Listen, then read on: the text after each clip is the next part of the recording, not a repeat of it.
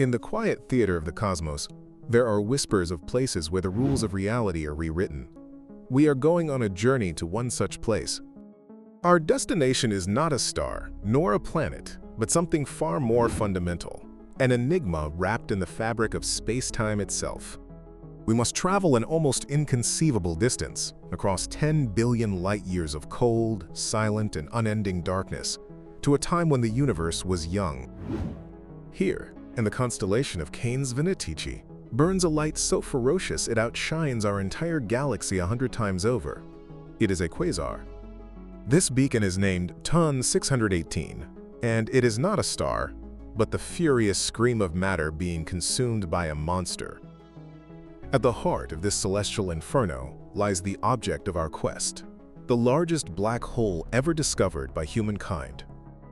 Its mass is a number that defies simple comprehension, 66 billion times the mass of our own Sun, a true titan of the cosmos. To imagine its scale, consider our solar system. The orbit of Neptune, our most distant planet, would fit inside this black hole more than 11 times over. All of the stars in our Milky Way galaxy could be swallowed by this entity, and it would barely register the meal. For millennia, we have looked at the darkness between the stars and wondered. Now, we believe we finally know what is hidden inside that darkness. The journey inward begins at a boundary, a surface of no return known as the event horizon. It is a one-way door in the universe. Light itself, the fastest thing in creation, cannot escape the pull beyond this point. Here, all roads lead to the center. This is not a physical surface you could touch. It is a mathematical frontier, a place where the geometry of space becomes absolute. As one approaches, time begins to behave strangely, stretching and slowing from the perspective of an outside observer, a symphony of relativity. To a distant viewer, anything falling in would appear to freeze at the edge forever, its light stretched into an eternal red whisper. But from the perspective of the traveler, the crossing is instantaneous. One moment in the universe, the next, somewhere else entirely. Once inside, the very concepts of space and time exchange their roles. The future is no longer a time, but a place. That place is the center, the singularity. Every possible path, every quantum vibration is now forced to travel towards this single destination. The darkness inside is not the absence of light. It is the consequence of a space so curved that light cannot travel outwards. It is a place where gravity is no longer a force, but the undeniable, all-consuming architecture of reality itself.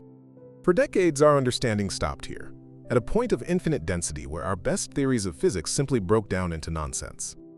We called it a singularity, which was simply a polite word for "we do not know," a confession of our own cosmic ignorance. But now, through the whispers of quantum mechanics and the grand visions of string theory, a new picture is finally emerging from the abyss. The new vision tells us there is no infinitely small point. There is no true singularity. There is something else, something far more profound. It seems the universe does not permit infinities. Instead, it creates structures of unimaginable complexity at the very smallest of scales. We are now ready to cross the threshold, to venture into the theoretical heart of TON 618 and witness what physics now predicts. Let go of your intuition about space and time. It will not serve you here, in the largest cathedral of gravity in the known universe. The first theory we must discard is that of a single hard point. The singularity is not a point, but a state of matter. Imagine all the information of those 66 billion suns, not crushed to nothing, but encoded in a new and exotic form. This is the new frontier of our knowledge. The place where Einstein's relativity finally shakes hands with the strange world of quantum reality. What lies at the center is a tapestry woven from the most fundamental threads of existence, a place of ultimate transformation. The crushing force of gravity does not destroy matter. It forces it to reveal its most basic, most elemental nature, beyond atoms, beyond quarks. The journey inward is a journey to the building blocks of reality, a place where matter and energy and information become one. We are beginning to understand that a black hole is not a cosmic vacuum cleaner. It is a cosmic hard drive of immense capacity. Every star, every planet, every particle that has ever crossed its event horizon still exists, in a sense, its information is preserved. This is the solution to the famous information paradox that puzzled physicists for half a century. Information is never truly lost. It is simply translated into a new language, a quantum code written on the fabric of space-time at the heart of the abyss. Let us explore the first possibility for what this new state of matter might be, the concept known as the fuzzball. In this view, born from string theory, the black hole has no empty space inside at all. It is full to the brim. It is a tangled, vibrating, chaotic ball of fundamental strings of energy, a quantum object the size of a solar system. There is no singularity, no point of infinite density, just a vast, complex surface that ends at the event horizon itself. The interior and the surface are one and the same, a holographic projection of all the matter that has ever fallen inside. This is a deeply unsettling and beautiful idea, that the three-dimensional space inside is an illusion, encoded on a two-dimensional surface. The second possibility is equally profound, born from a rival theory called loop quantum gravity. It is called the Planck star. In this model, matter does collapse under the immense gravity, shrinking smaller and smaller, past the size of an atom, past the nucleus. But it does not collapse to infinity. It is stopped by a new force, a quantum pressure from the very graininess of space-time itself. This quantum pressure halts the collapse when the object is infinitesimally small, but not infinitely dense, creating a Planck star. This object is so compressed that time is altered dramatically. What seems like billions of years outside is a fraction of a second inside. And then, after this brief moment, the Planck star rebounds. It explodes outward in an event called a, quote, black hole bounce. This bounce could be the seed of a new universe, meaning the heart of Ton 618 may be the womb of a cosmos yet to be born.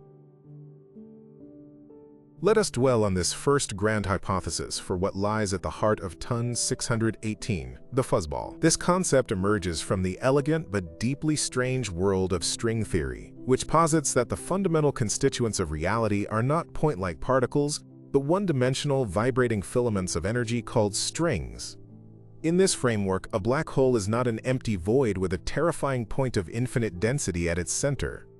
Instead, the entire volume within the event horizon is replaced by a colossal, tangled ball of these strings. Imagine the information of 66 billion suns. Every proton, every electron, every photon, not being destroyed, but being transformed. Each particle that crosses the event horizon has its information encoded into the vibrational state of a new string, which is then added to the collective. The result is an object with no inside in the conventional sense. It's more like a ball of cosmic yarn, a quantum object that occupies the full volume defined by its event horizon, possessing a tangible, albeit exotic, surface right at that boundary. There is no singularity, no breakdown of physics, only a phase transition of matter into its most fundamental string-like state, a humming, vibrant archive of everything it has ever consumed. The implications of the fuzzball model are philosophically staggering. It resolves the information paradox by providing a physical hard drive for the universe. The information isn't lost, it's just woven into the ever-growing tapestry of the fuzzball itself. Furthermore, it completely redefines our image of a black hole. Instead of a smooth, featureless void, it is a complex, information-rich object, unique in its composition based on its specific history of consumption.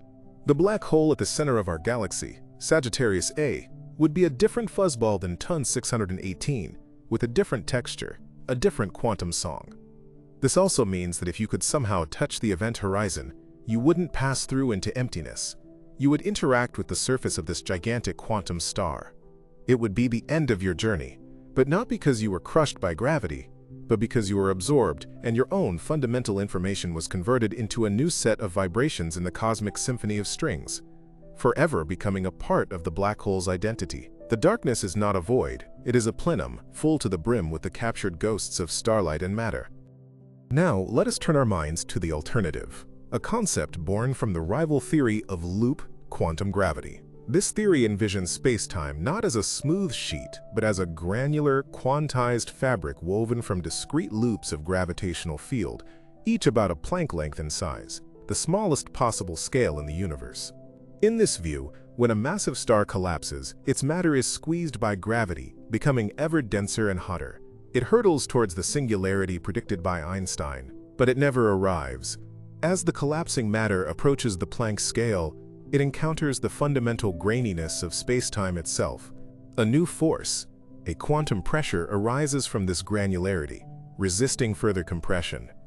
This is analogous to how the Pauli exclusion principle prevents electrons from occupying the same state, creating the pressure that holds up a white dwarf star. Here, it is the very structure of reality that pushes back, forbidding the formation of an infinite point. The collapse is halted, and the matter forms an ultra-compact object of incredible density called a Planck star. The existence of a Planck star inside TON 618 would be a silent, hidden miracle. From our distant vantage point, we would still see a black hole, as the immense gravity would trap light all the same. The event horizon would mask the drama unfolding within, but at its core, instead of an endpoint for reality, there would be a new beginning. The Planck star is not a stable, eternal object. The immense quantum pressure that stopped the collapse immediately begins to push outward. The Planck star rebounds. However, due to the extreme gravitational time dilation near the core, this rebound, which might take a fraction of a second for the object itself, appears to us on the outside to take billions, even trillions of years.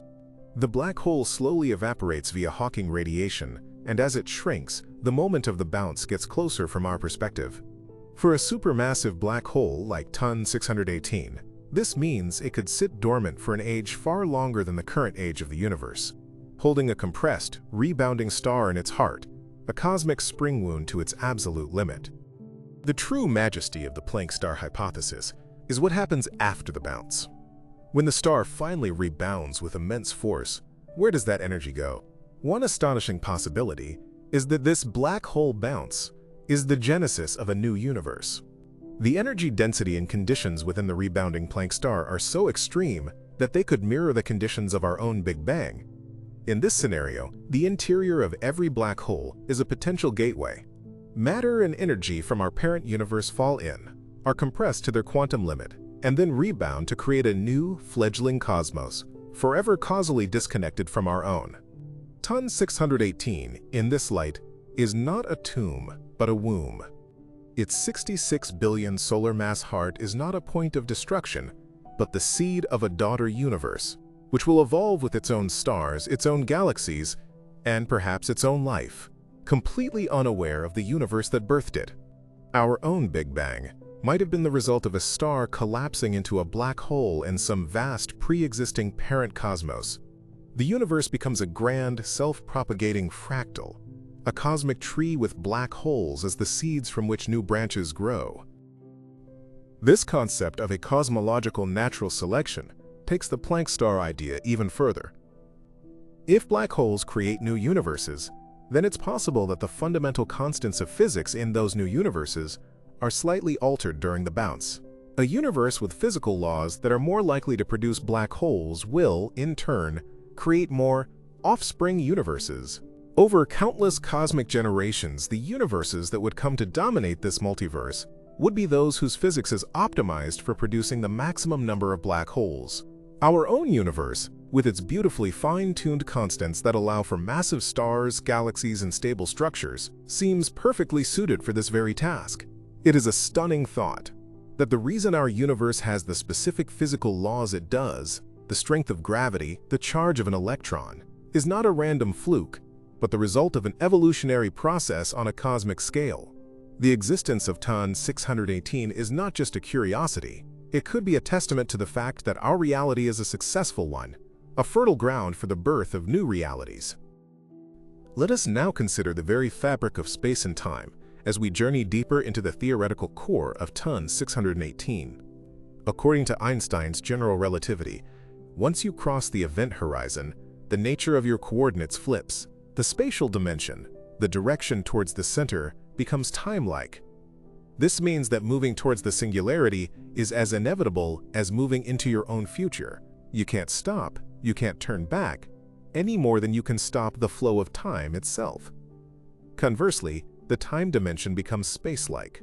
This is a profound and almost incomprehensible shift in the nature of reality.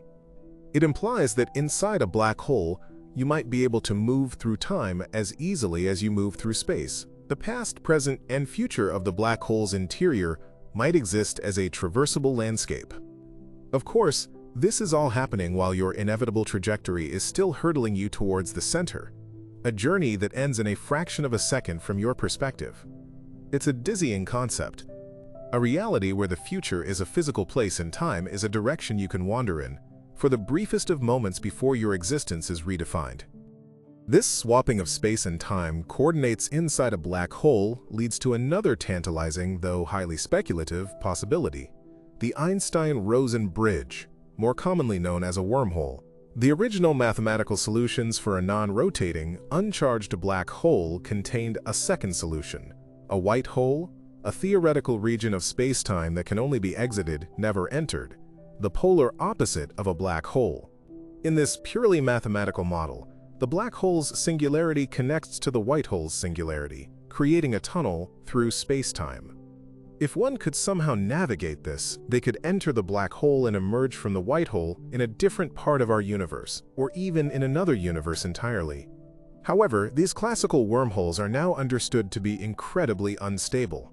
The very act of a single photon trying to traverse it would cause it to collapse instantly. But modern theories, invoking exotic matter with negative energy density, speculate that a sufficiently advanced civilization could potentially stabilize a wormhole, turning the heart of a black hole into a transit system for the cosmos. What happens to the light that falls into a supermassive black hole like 2N618? We know it cannot escape, but it doesn't simply vanish. As light approaches the event horizon, it becomes fantastically blue-shifted from the perspective of an infalling observer, its energy increasing exponentially. Once inside, this trapped light would accumulate, forming what's known as a mass inflation singularity.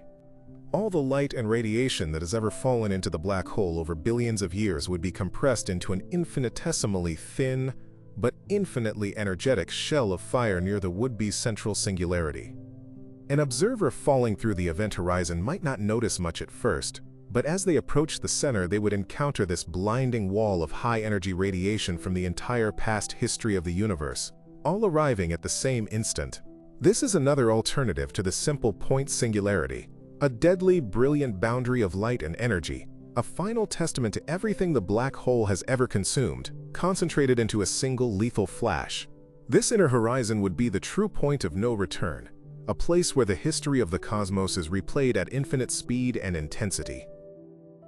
A further layer of complexity is added when we consider that TON 618 is almost certainly a rotating black hole. The rotation, described by the Kerr metric in general relativity, fundamentally changes the structure of the singularity.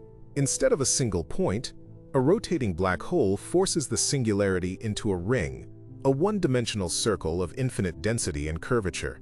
This ringularity introduces even more bizarre possibilities. According to the mathematics, if you could pass through the center of the ring without hitting the ring itself, you might be able to avoid the infinite gravitational forces.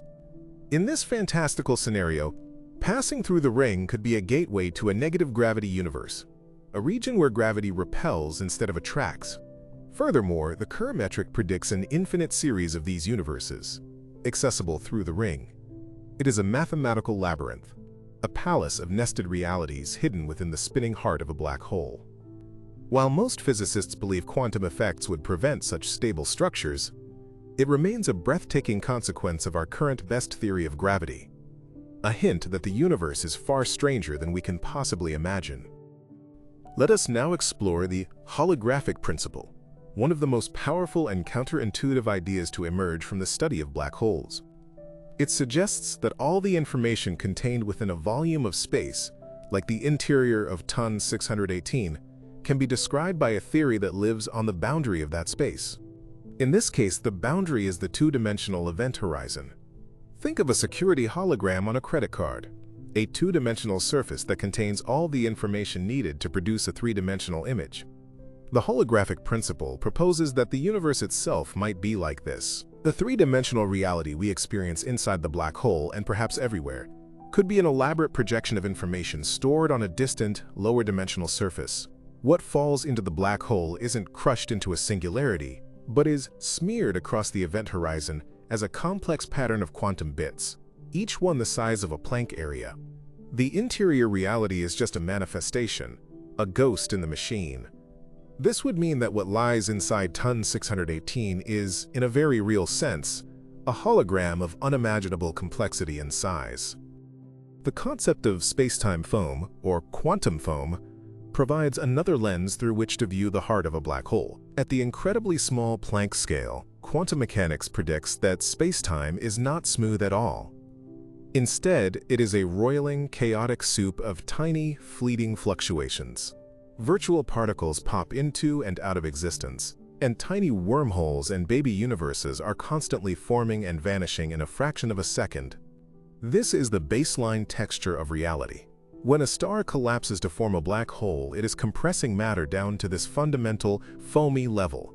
Therefore, what lies at the center might not be a single object like a Planck star or a fuzzball, but a region where space-time itself has lost its coherence. It would be a maelstrom of pure quantum geometry, a place where the very notions of here and there, before and after, dissolve into a sea of probabilities. It wouldn't be a place you could visit, because a place is a classical concept. It would be a region where the fabric of reality has been torn apart and is constantly reweaving itself in a chaotic, unpredictable dance. Consider the sheer gravitational force within Ton 618, not as a destructive power, but as a cosmic alchemist. Under pressures and temperatures far exceeding anything since the Big Bang, matter itself might undergo a series of phase transitions. We know that if you compress protons and neutrons enough, they dissolve into a soup of their constituent quarks and gluons. What if, under the even greater pressure inside a supermassive black hole, even quarks themselves are not fundamental? Perhaps they too dissolve into some more primordial substance, a preon fluid, or a pure field of energy governed by a yet undiscovered grand unified theory. The interior of Ton 618 could be a layered onion of exotic matter states. A shell of neutron-degenerate matter, a deeper core of quark-gluon plasma, and at the very center, a heart made of a substance whose properties we can only guess at. The black hole, in this view, is a natural laboratory for exploring the ultimate structure of matter, a crucible that systematically deconstructs reality down to its most indivisible, most fundamental essence. Let's re-examine the information paradox through the lens of quantum entanglement. When a pair of particles is entangled, their fates are linked, no matter how far apart they are. If one particle falls into a black hole and the other escapes, a problem arises. The black hole slowly evaporates through Hawking radiation. For information to be conserved, the outgoing radiation must be entangled with the particles still inside the black hole. But it must also be entangled with the early radiation that has already left. This is a paradox, as quantum mechanics forbids a particle from being fully entangled with two separate systems at once. This is known as the firewall paradox. The proposed solution is dramatic. At the event horizon, a firewall of high-energy particles instantly destroys anything attempting to cross. This would mean the smooth, gentle crossing we envisioned from general relativity is wrong. The event horizon is a violent, energetic boundary. If this is true, what's inside the black hole is causally disconnected in the most absolute way possible, as nothing could ever enter to begin with without being incinerated. The sheer size of Ton 618 introduces unique properties not found in smaller, stellar mass black holes. The tidal forces at its event horizon are surprisingly gentle. Tidal forces depend on the gradient of the gravitational field, not its absolute strength. For a small black hole, the difference in pull between your head and your feet would be immense, stretching you apart in a process called spaghettification long before you reached the horizon. But Ton 618 is so vast that the curvature of spacetime at its horizon is very gradual. An astronaut could cross its event horizon without feeling any immediate discomfort. The journey into the abyss would begin peacefully, a serene float into the darkness. The spaghettification would still happen, but it would occur much later, much deeper inside, closer to the central region. This makes the question of what's inside even more compelling for these ultramassive objects, as the transition from our universe to the inner sanctum is not a violent one, but a subtle, almost imperceptible passage from one realm of physics to another. It is a gentle door to an incomprehensible reality. What if the interior of a black hole is a region of asymptotic silence? This is a mathematical concept where, as you approach the singularity, the influence of the outside universe fades away completely. The singularity is causally isolated, meaning that no signal or information from any point in spacetime can reach it. In this scenario, the chaos and complexity of the external cosmos are filtered out, and the interior geometry becomes incredibly pure and simple. It's a place where the universe's noise is cancelled out, leaving only the pristine, perfect curvature of spacetime collapsing according to the elegant equations of relativity. However, quantum mechanics complicates this. The Bekenstein-Hawking entropy formula tells us black holes have enormous entropy, a measure of disorder. This suggests the interior must be maximally chaotic, not simple. This contradiction between the silent classical picture and the chaotic quantum picture is one of the deepest mysteries. What lies inside TON 618 is the physical embodiment of this profound conflict between our two best theories of the universe. There is a fascinating and speculative theory that connects consciousness to quantum processes. While this is far from mainstream science, in a place like the interior of a black hole where quantum effects reign supreme on a macroscopic scale, the thought experiment is irresistible. If the interior is a sea of quantum foam or a fuzzball of vibrating strings, it is a realm of near-infinite computational potential. Could the complex interplay of quantum information inside a black hole give rise to some form of emergent, non-biological consciousness? A thinking, processing entity the size of a solar system, existing on timescales of microseconds, processing the information of billions of suns. It is an almost Lovecraftian idea, a mind made of pure geometry and information. This is not a scientific prediction, but a philosophical meditation on the possibilities that arise when the familiar rules of matter, energy, and life are pushed to their absolute and final breaking point in the heart of the cosmic abyss. Let's consider the final state of TON 618. It will not exist forever. According to Stephen Hawking, all black holes slowly radiate their mass away in the form of Hawking radiation, a quantum process occurring at the event horizon. For a supermassive black hole like this, the process is indescribably slow. The temperature of its radiation is fractions of a degree above absolute zero, far colder than the current background temperature of the universe. It absorbs more energy from the cosmic microwave background than it radiates. But in the far, far future, when the universe is cold and dark, and all stars have died, TON 618 will begin to lose mass. It will take an unimaginable amount of time, a number larger than all the protons in the universe, perhaps 10 to the power of 100 years, a googol, for it to fully evaporate. The final moments would be a brilliant flash of high-energy particles as its last few tons of mass convert into energy, leaving nothing behind but an expanding shell of radiation. The great titan will have dissolved back into the void from which it came. The final flash of a black hole's evaporation brings us back to the information paradox.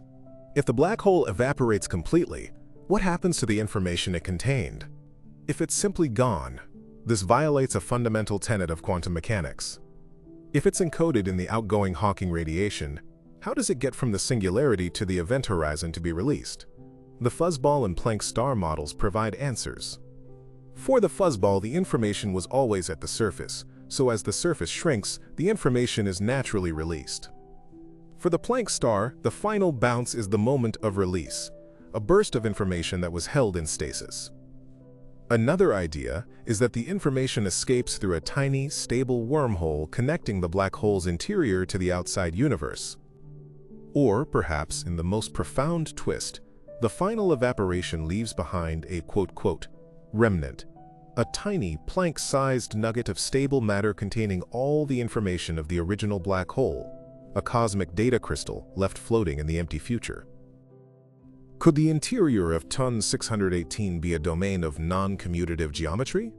In our everyday world, Space is commutative. Moving left then forward gets you to the same place as moving forward then left. But in some theories of quantum gravity, this property breaks down at the Planck scale. The very coordinates of space-time no longer commute. The order in which you do things fundamentally changes the outcome. If the singularity is a region governed by such a geometry, then it's a place where the concept of a smooth, continuous location ceases to exist. It would be a probabilistic fuzzy space, where a point is smeared out across a range of possibilities. Navigating such a space would be impossible, as the destination would depend on the path taken in a chaotic, unpredictable way. The heart of the black hole would be a place where the fundamental logic of geometry itself has been replaced by a new, quantum grammar that we are only just beginning to learn how to speak. The colossal gravity of ton 618 acts as the ultimate microscope. Physicists often use particle accelerators to smash particles together at high energies to probe their inner structures. The greater the energy, the smaller the scale they can see. The singularity of a black hole is the theoretical endpoint of this process, a place of infinite energy. Therefore, the physics that describes the singularity must also be the physics of the infinitesimally small. A complete theory of what lies inside ton 618 would also be a theory of everything, a unified framework that connects gravity, quantum mechanics, and the particle zoo into a single elegant equation. The reason the black hole interior is such a tantalizing mystery is that it is the same mystery as the origin of the universe and the fundamental nature of reality. By solving for what's inside a black hole, we would, by necessity, have solved physics itself. The abyss of gravity is also the pinnacle of our understanding. Let's contemplate the energy source of the quasar, TON 618, which is powered by the black hole at its center. The light we see is not from the black hole itself, but from the accretion disk, a vast swirling donut of gas, dust, and shredded stars that are spiraling into the abyss. As this matter falls inward, it is accelerated to near the speed of light and heated to millions of degrees by friction and compression. This process is the most efficient energy conversion mechanism known in the universe, converting up to 40% of the mass of the infalling matter directly into energy, in the form of brilliant light and radiation. By contrast, nuclear fusion, the process that powers our sun, converts less than 1% of mass into energy. This incredible efficiency is what allows a quasar to outshine entire galaxies. The black hole is not just a passive consumer. It is a violent, powerful engine, and the scream of the quasar is the sound of that engine running at full throttle. The beauty we see is the byproduct of a final, destructive transformation. The concept of a naked singularity is a theoretical possibility that most physicists find deeply troubling. This would be a singularity that is not hidden behind the cloaking effect of an event horizon. It would be a point of infinite density and space-time curvature exposed to the outside universe. If such an object existed, it would break the principle of cosmic censorship, which posits that all singularities must be clothed by horizons. A naked singularity would be a place where causality breaks down in full view. Random, unpredictable information could emerge from it, making the universe fundamentally non-deterministic. While solutions in general relativity exist for naked singularities, they are often considered mathematical artifacts that would not form in the real universe. The fact that we see ton 618 as a black hole, not a naked singularity, is a comforting affirmation that the cosmos, while strange, is not lawless. The event horizon is a crucial veil that preserves the sanity and predictability of the universe outside its borders. The black hole at the heart of ton 618 is an ultramassive black hole, a class that exists beyond the more common supermassive black holes found in most galaxies. How did it get so large? There are two main theories. The first is through relentless consumption. Over billions of years, it has merged with other supermassive black holes and consumed countless stars and vast clouds of intergalactic gas. The second theory is more exotic.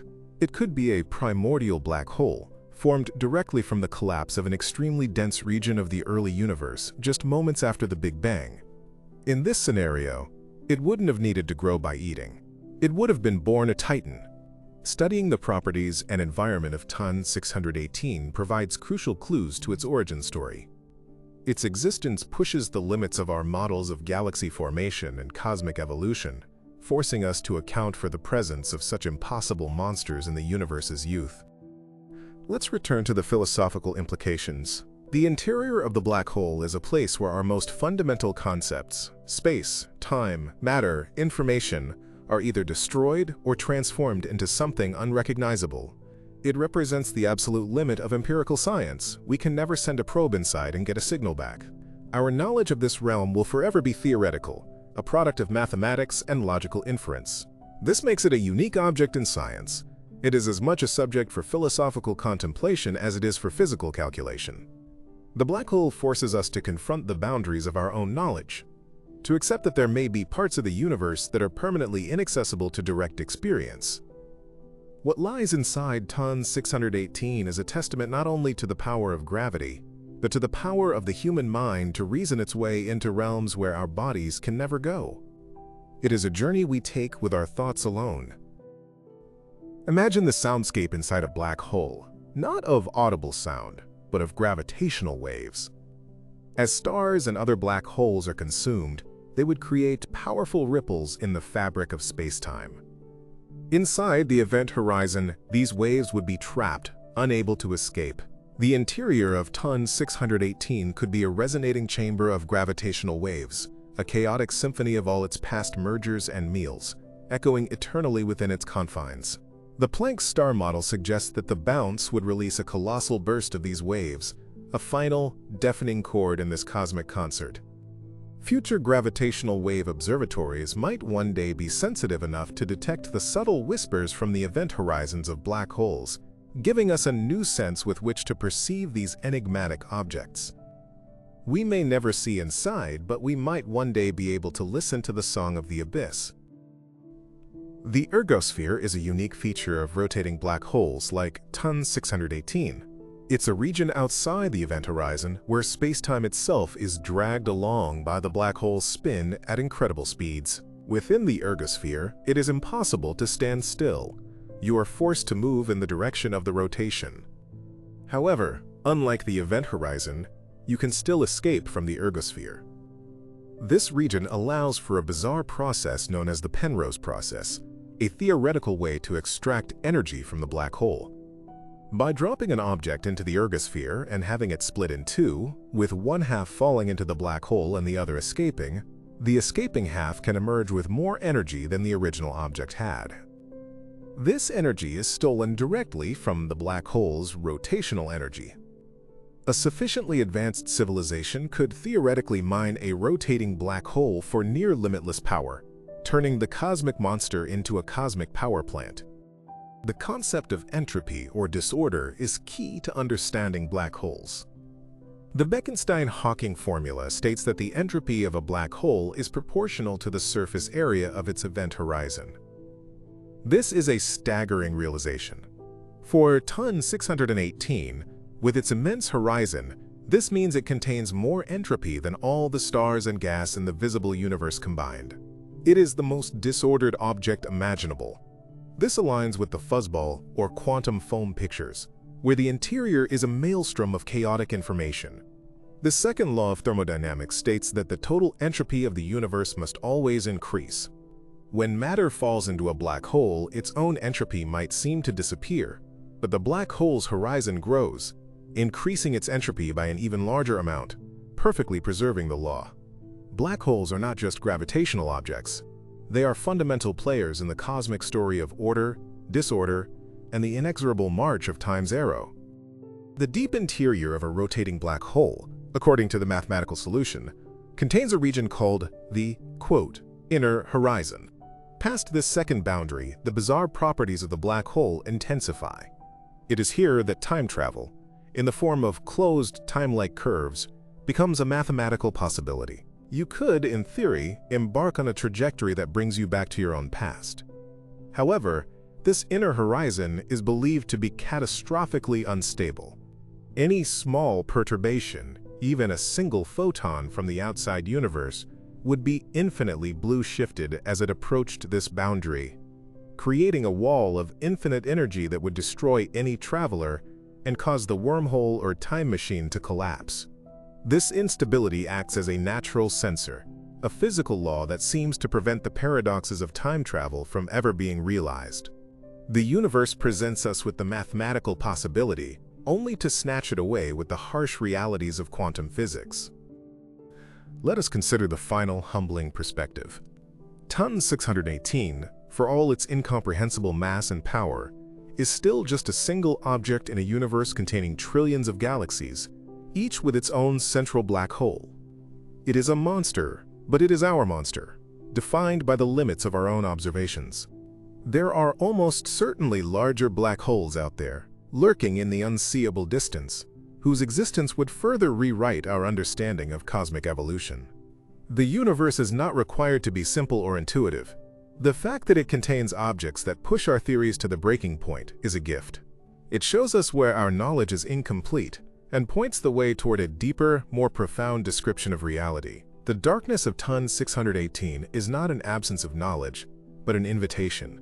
An invitation to wonder, to calculate, to dream, and to continue our quiet, relentless journey toward the light of understanding. The very light we see from the quasar Ton 618 is a ghost from a bygone era of the cosmos. Because it is over 10 billion light-years away, we are seeing it as it was 10 billion years ago, when the universe was less than a third of its current age. This was the quasar epoch, a violent and brilliant adolescence for the universe, when galaxies were actively forming and their central black holes were feasting voraciously on the abundant gas and stars around them.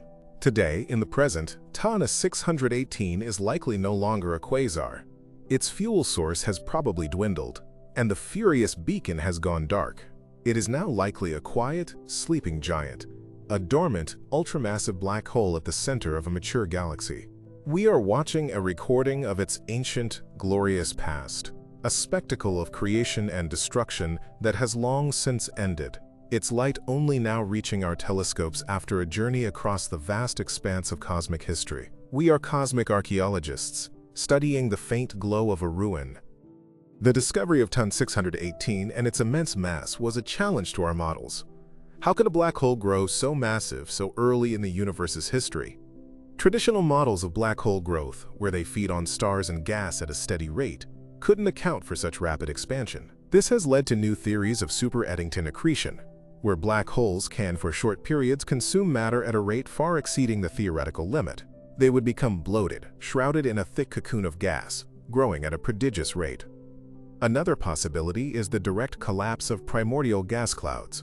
In the early universe, vast clouds of hydrogen and helium could have collapsed directly to form a supermassive black hole seed of thousands of solar masses, bypassing the need to form a star first.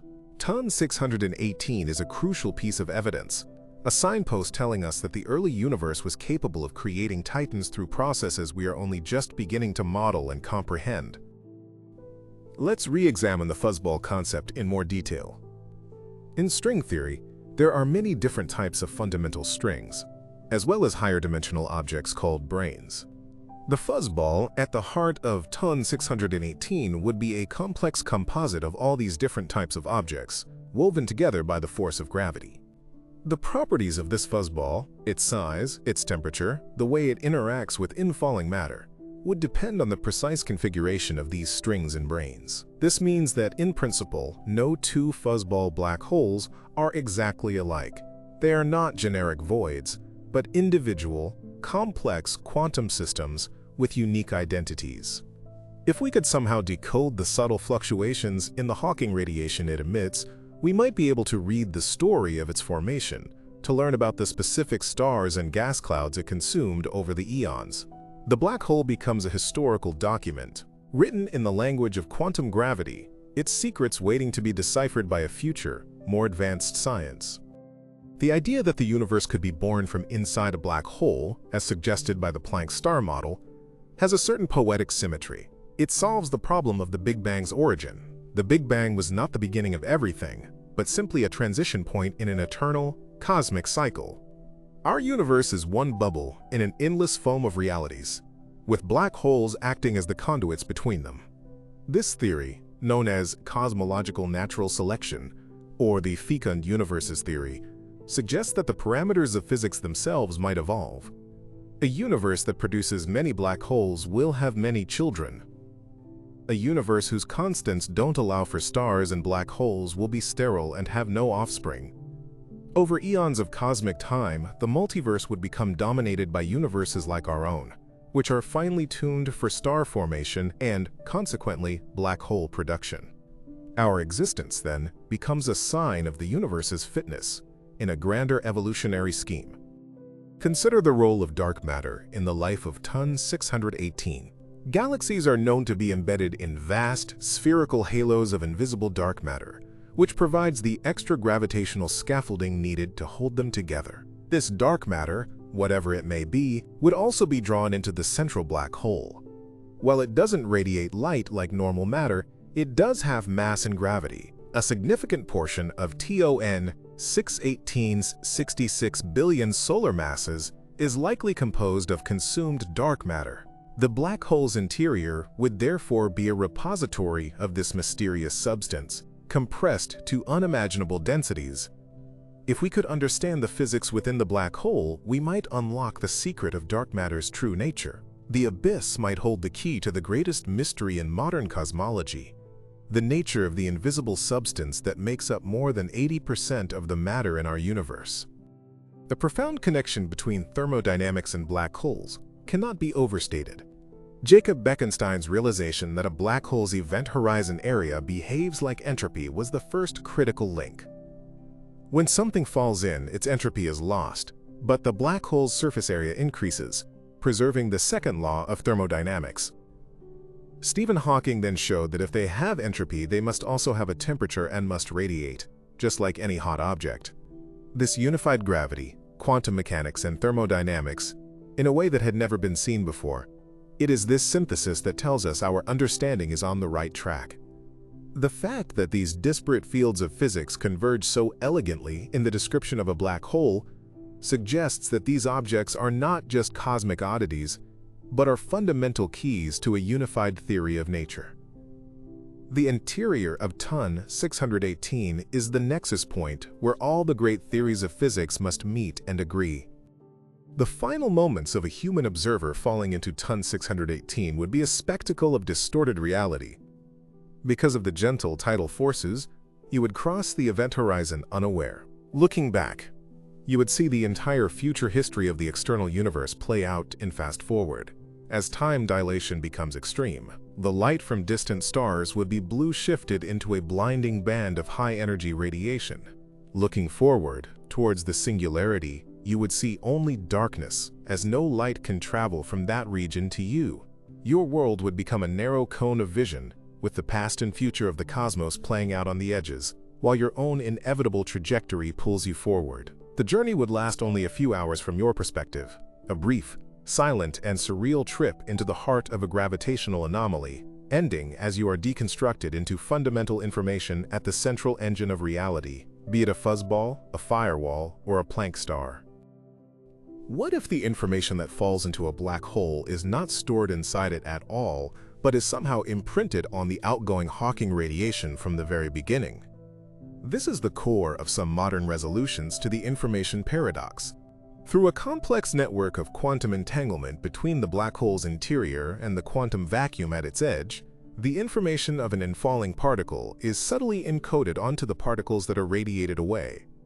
The process would be incredibly complex and seemingly random, but if you could collect every single quantum of Hawking radiation emitted over the black hole's entire lifetime and perform a massive quantum computation on it, you could, in principle, reconstruct a perfect description of everything that ever fell in. In this view, the black hole acts like a cosmic incinerator that meticulously records the quantum fingerprint of everything it burns, then slowly releases that information back into the universe as a faint thermal glow over trillions of years. Let's think about the structure of the accretion disk of TON 618. It is not a simple, uniform disk. It is a turbulent, magnetized, and chaotic environment. Magnetic field lines, twisted by the swirling plasma, can act like powerful cosmic accelerators. They can channel some of the infalling matter and energy away from the black hole, launching it outwards in two colossal jets of particles traveling at nearly the speed of light. These relativistic jets can extend for millions of light years into intergalactic space, far beyond the confines of the host galaxy. They are a stark reminder that black holes are not purely sinks of matter and energy. They are also cosmic sculptors, capable of redirecting immense power back out into the universe, influencing the evolution of their host galaxy and beyond. The heart of darkness is also, paradoxically, the source of one of the most luminous and energetic phenomena in the cosmos. The concept of a white hole remains a fascinating theoretical curiosity. As the time-reversed solution of a black hole, it is a region from which matter and light can only escape, but never enter. While no plausible astrophysical process is known to create one, they appear in some speculative cosmic models. For example, if the Big Bang itself was a white hole event, it would explain the unidirectional flow of time we experience. In the context of the Planck star model, the black hole bounce could be seen as the black hole turning into a white hole for a brief period, expelling all the matter and energy it had once consumed.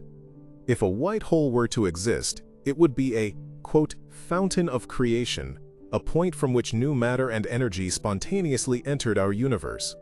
It remains purely hypothetical, a mathematical ghost in the machine of general relativity, but a powerful reminder of the symmetries and possibilities that lie hidden within our theories of spacetime. The very notion of inside might be misleading. The holographic principle suggests a radical non-locality. The information describing a region of space is not necessarily located within that region. If the three-dimensional interior of TON 618 is a holographic projection of information on its two-dimensional event horizon, then in a fundamental sense, there is no inside. The space within is an emergent property, a construct derived from the more fundamental reality of the boundary. This would be the ultimate cosmic illusion. The vast, three-dimensional volume larger than our solar system would be a phantom, a trick of perspective generated by quantum bits of information on a distant surface. This challenges our deepest intuitions about space and location. It suggests that the universe may be structured like a vast, interconnected network of information, and that our perception of a three-dimensional world is a useful but ultimately incomplete view of a much stranger and more abstract underlying reality. Let's consider the observer. The description of what happens inside a black hole depends critically on who is asking. For a distant observer, the information of an object that falls in is smeared across the event horizon and slowly returned to the universe as Hawking radiation over trillions of years. For an observer falling into the black hole, they pass through the event horizon smoothly and experience a finite and rather short journey to the central singularity. Both of these descriptions seem to be true, yet they are contradictory. This is the principle of black hole complementarity. The idea is that no single observer can ever witness both outcomes. You cannot be both outside and inside at the same time. Therefore, there is no paradox. Reality is context-dependent. The universe does not need to provide a single objective description. It only needs to provide a consistent description for any possible observer. What lies inside the black hole is, in a sense, a matter of perspective. The ultimate fate of TON 618 is tied to the ultimate fate of the cosmos itself. In a heat-death scenario, where the universe expands forever and grows cold, it will slowly evaporate over a googol years, its final burst of energy lighting up the silent dark. In a Big Rip scenario, where the expansion of space accelerates uncontrollably, the fabric of spacetime itself would be torn apart. Even the event horizon of TON 618 would be shredded, its singularity exposed for a fleeting instant before it too is dissolved into nothingness. In a Big Crunch scenario, where the expansion reverses, TON 618 would merge with all other matter and energy in the universe, collapsing into a final, universal singularity, perhaps triggering a new Big Bang. The black hole is not just an object in the universe, it is a participant in its grand narrative, its beginning, its evolution, and its potential end. Its story is woven into the story of everything. The mathematics describing the interior of a black hole, particularly a rotating one, are among the most complex and beautiful in all of physics. The Kerr solution, which describes a spinning black hole, was found by Roy Kerr in 1963 and is considered one of the most important exact solutions to Einstein's field equations. It reveals a hidden structure of nested horizons, ring singularities, and regions of forced motion that are completely absent in the simpler, non-rotating case. The elegance and surprising complexity of this mathematical object hints that it is not just a fluke. Nature often reveals its deepest secrets through beautiful mathematics. The intricate, almost fantastical geometry hidden inside a spinning black hole might be a genuine clue, a mathematical map pointing towards a new understanding of how gravity and quantum mechanics must ultimately unite. The answer to what lies inside TON 618 might be found not with a telescope, but with a piece of paper and a pen. Let us take a moment to absorb the sheer scale of time involved. TON 618 has existed for over 10 billion years. Our Sun, by contrast, is less than 5 billion years old. This black hole was already a giant before our solar system had even formed. It has silently watched as generations of stars were born and died, as galaxies collided and merged around it. It will continue to exist for a period of time so long it makes the current age of the universe seem like the briefest flicker of an eye. Its eventual evaporation will occur in a future so remote that the very concepts of stars, planets, and life will be ancient, forgotten myths. It is a monument to the permanence of gravity and the deep, slow, patient rhythm of cosmic time. It reminds us that our own existence is a fleeting, ephemeral moment in a universe of enduring, silent giants. The quest to understand what lies inside a black hole is, in essence, a quest to understand the nature of physical law itself. Is there one objective reality, or is it observer-dependent? Is information fundamental, or can it be destroyed? Is space-time smooth, or is it granular? Is the universe a one-time event, or is it part of an eternal cycle? The black hole is a crucible where these questions are no longer philosophical but physical. The extreme conditions within its heart force these questions to their conclusion.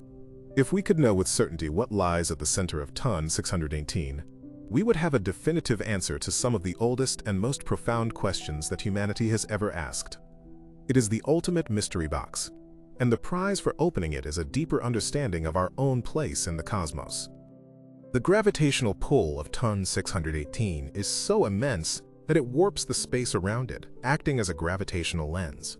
Light from galaxies located directly behind it is bent and magnified, allowing us to see objects that would otherwise be too distant or faint. The black hole, the very definition of darkness, paradoxically acts as a telescope, bringing the hidden background universe into view.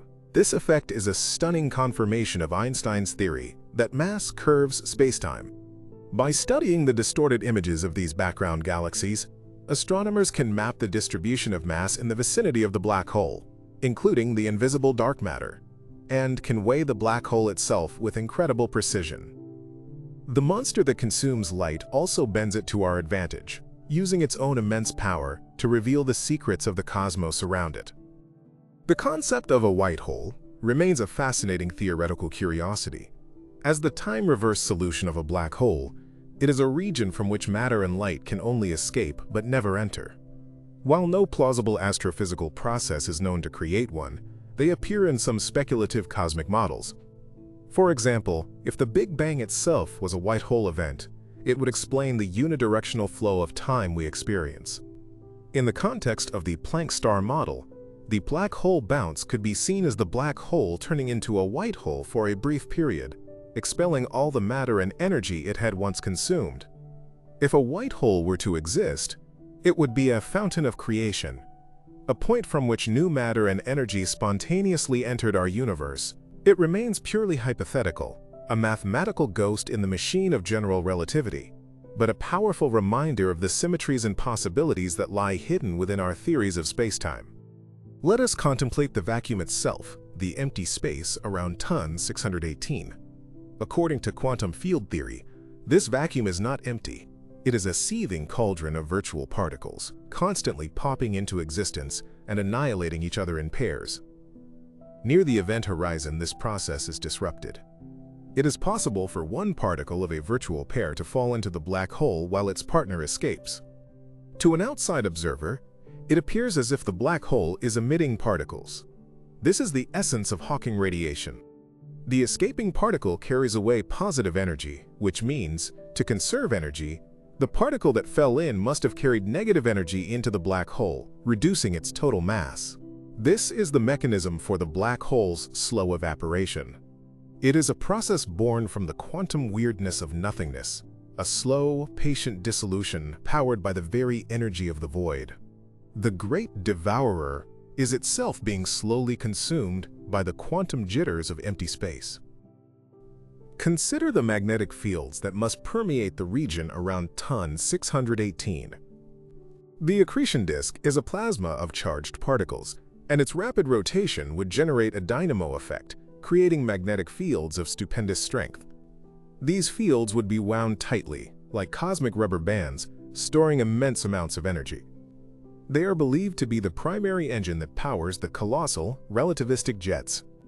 The magnetic field lines act as a scaffold, a conduit that extracts rotational energy from the black hole itself and channels it into focused beams of matter and radiation. This process, known as the Blandford-Znajek mechanism, turns the spinning spacetime into a giant electric generator. What lies within the black hole remains a mystery, but what happens just outside is a testament to the power of electromagnetism working in concert with gravity, creating a cosmic engine of almost unimaginable scale and power. Finally, we return to a state of calm contemplation. We have journeyed through a dozen different theories, each a monumental intellectual edifice designed to map a territory that no one has ever seen. From fuzzballs to Planck stars, from firewalls to wormholes, each idea is a testament to the human drive to understand. The truth of what lies inside ton 618 may be one of these theories, or a synthesis of several, or something else entirely that we have not yet conceived, but the journey itself is what matters. The act of confronting this ultimate unknown expands the boundaries of our own minds. It forces us to think on scales of mass, distance, and time that defy intuition, and in doing so, it provides a profound sense of perspective. We are small, but our capacity for wonder is boundless. The darkness of the black hole serves only to illuminate the vastness of our own curiosity. Let us venture further into the holographic principle, for it is here that our conception of reality is most radically challenged. The most successful mathematical realization of this idea is the ADS-CFT correspondence. This conjecture proposes a duality, a perfect dictionary, between a theory of gravity in a specific type of spacetime called anti-de Sitter space, ADS, and a quantum field theory without gravity, a conformal field theory, or CFT, that lives on its lower dimensional boundary. This means that every complex question about gravity, quantum mechanics, and string theory inside the bulk of the ADS space can be translated into a corresponding and often much simpler question in the field theory on its surface. For a black hole like ton 618, this could imply that the chaotic, quantum gravitational drama unfolding within its interior is perfectly mirrored by the behavior of a seemingly conventional system of interacting particles on its distant event horizon. The abyss is a projection of a simpler reality. This AD/CFT duality provides a concrete, albeit theoretical, solution to the black hole information paradox. When a particle falls into the black hole in the gravity description, its information seems lost. However, in the boundaries quantum field theory description, the particle's information is simply incorporated into the state of the boundary system, evolving predictably and unitarily according to standard quantum rules. Since the two descriptions are just different mathematical languages for the same underlying reality, if information is conserved in one, it must be conserved in the other. Therefore, information is never truly lost. This doesn't tell us precisely how the information is stored, whether in a fuzzball, a firewall, or something else. But it provides a powerful mathematical reassurance that the universe, at its deepest level, does not forget. What lies inside ton 618 is a story, and that story is being told in its entirety on the shimmering surface of its event horizon. The implications of this holographic duality stretch far beyond black holes. If a volume of spacetime can be fully described by its boundary, then perhaps our entire universe is a hologram. The three-dimensional world we perceive, with all its depth and complexity, could be an emergent phenomenon, a holographic projection of information stored on a vast, two-dimensional cosmic horizon at the edge of the observable universe. This does not mean our world is a fake simulation. but rather that the fundamental degrees of freedom, the ultimate bits of reality, may exist in a lower dimension. Our perception of a third dimension would be as real to us as the depth in a hologram is to our eyes, but it would not be the fundamental truth. The mystery inside Ton 618 is therefore a localized version of the grandest mystery of all, the true dimensionality and nature of reality itself. This holographic perspective forces a profound reevaluation of what we mean by location. If the information for the interior of Ton 618 is stored on its boundary, then where is an object that has fallen and truly located? Is it at the center, crushed by gravity, or is it smeared across the event horizon as a complex pattern of quantum data? The principle of black hole complementarity suggests the answer depends on who you ask, but holography offers a deeper, more unsettling view, that fundamental reality might not be local at all. The very concept of an object being here and not there could be an illusion of our classical macroscopic world. At the quantum gravitational level, the universe might be a deeply interconnected, non-local network of information, and space-time itself is the emergent structure that arises from these connections. The heart of the black hole is where this non-local nature of reality is made manifest. Let us imagine this holographic interior. It would not be a place of simple emptiness leading to a point. Instead, it would be a vast, three-dimensional space, whose properties are intricately linked to the quantum state of the event horizon. Every fluctuation on the horizon would correspond to a change in the geometry within. The interior spacetime would be a dynamic shimmering construct, a physical manifestation of quantum information. If the state on the horizon is chaotic and complex, as its high entropy suggests, then the interior geometry would also be incredibly complex and turbulent. It would be a storm in a teacup of cosmic proportions, a tempest of quantum geometry, contained within the placid-looking boundary of the event horizon. What lies inside Ton 618, then, is not a simple object, but a dynamic, living geometry, a universe unto itself, whose every feature is written in the code of its boundary. Let us now meditate on a principle of cosmic order, known as the cosmic censorship hypothesis. Proposed by physicist Roger Penrose, it is a conjecture born of a desire for a predictable, sane universe.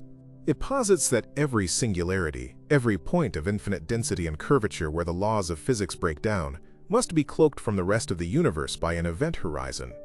We are allowed to have these points of infinite chaos, but they must be hidden in the locked room of a black hole.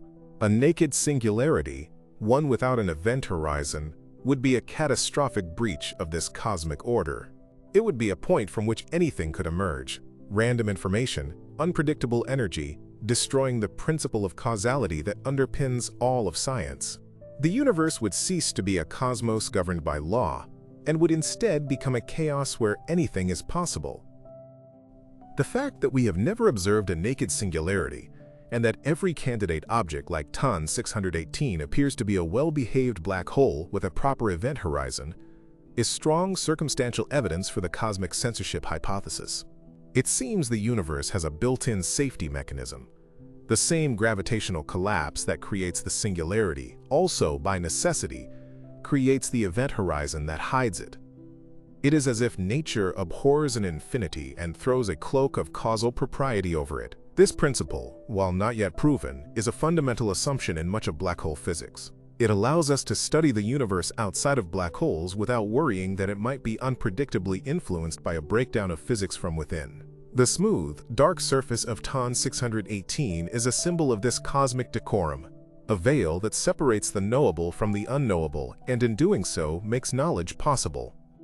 But what if cosmic censorship could be violated? Certain theoretical scenarios, involving rapidly spinning black holes or specific types of matter collapse, suggest that a naked singularity might be possible, if only for a moment. If one were to form, it would be a window into the raw, untamed engine of quantum gravity. From it could spring the answers to the deepest questions of physics, but at a terrible price. Its influence would propagate outwards at the speed of light, rendering the future unpredictable from the past. It would be a tear in the logical fabric of space-time. The profound calm we feel when looking at the night sky is predicated on the assumption that the universe is rational and predictable. The cosmic censorship hypothesis is the scientific formalization of that feeling. It is the belief that while the universe contains monsters, those monsters are kept safely in their cages. So when we ask what is inside TON 618, our question is protected by this cosmic censorship. We can theorize about the fuzzball or the Planck star in the comfort that its true nature will not reach out and disrupt our reality. The event horizon is a perfect one-way membrane, a boundary that insulates us from the raw physics of the singularity. This allows the interior to be a realm of pure theory, a playground for the mind. We can explore the most bizarre and counterintuitive possibilities: nested universes, time travel, holographic realities, safe in the knowledge that they are contained. The black hole's interior thus becomes a philosophical space as much as a physical one. It is a place where we can push our theories to their limits, to see what they predict in the most extreme environment imaginable, without fear of the consequences. The cosmic censor is our guardian, allowing us to ask the question without being consumed by the answer.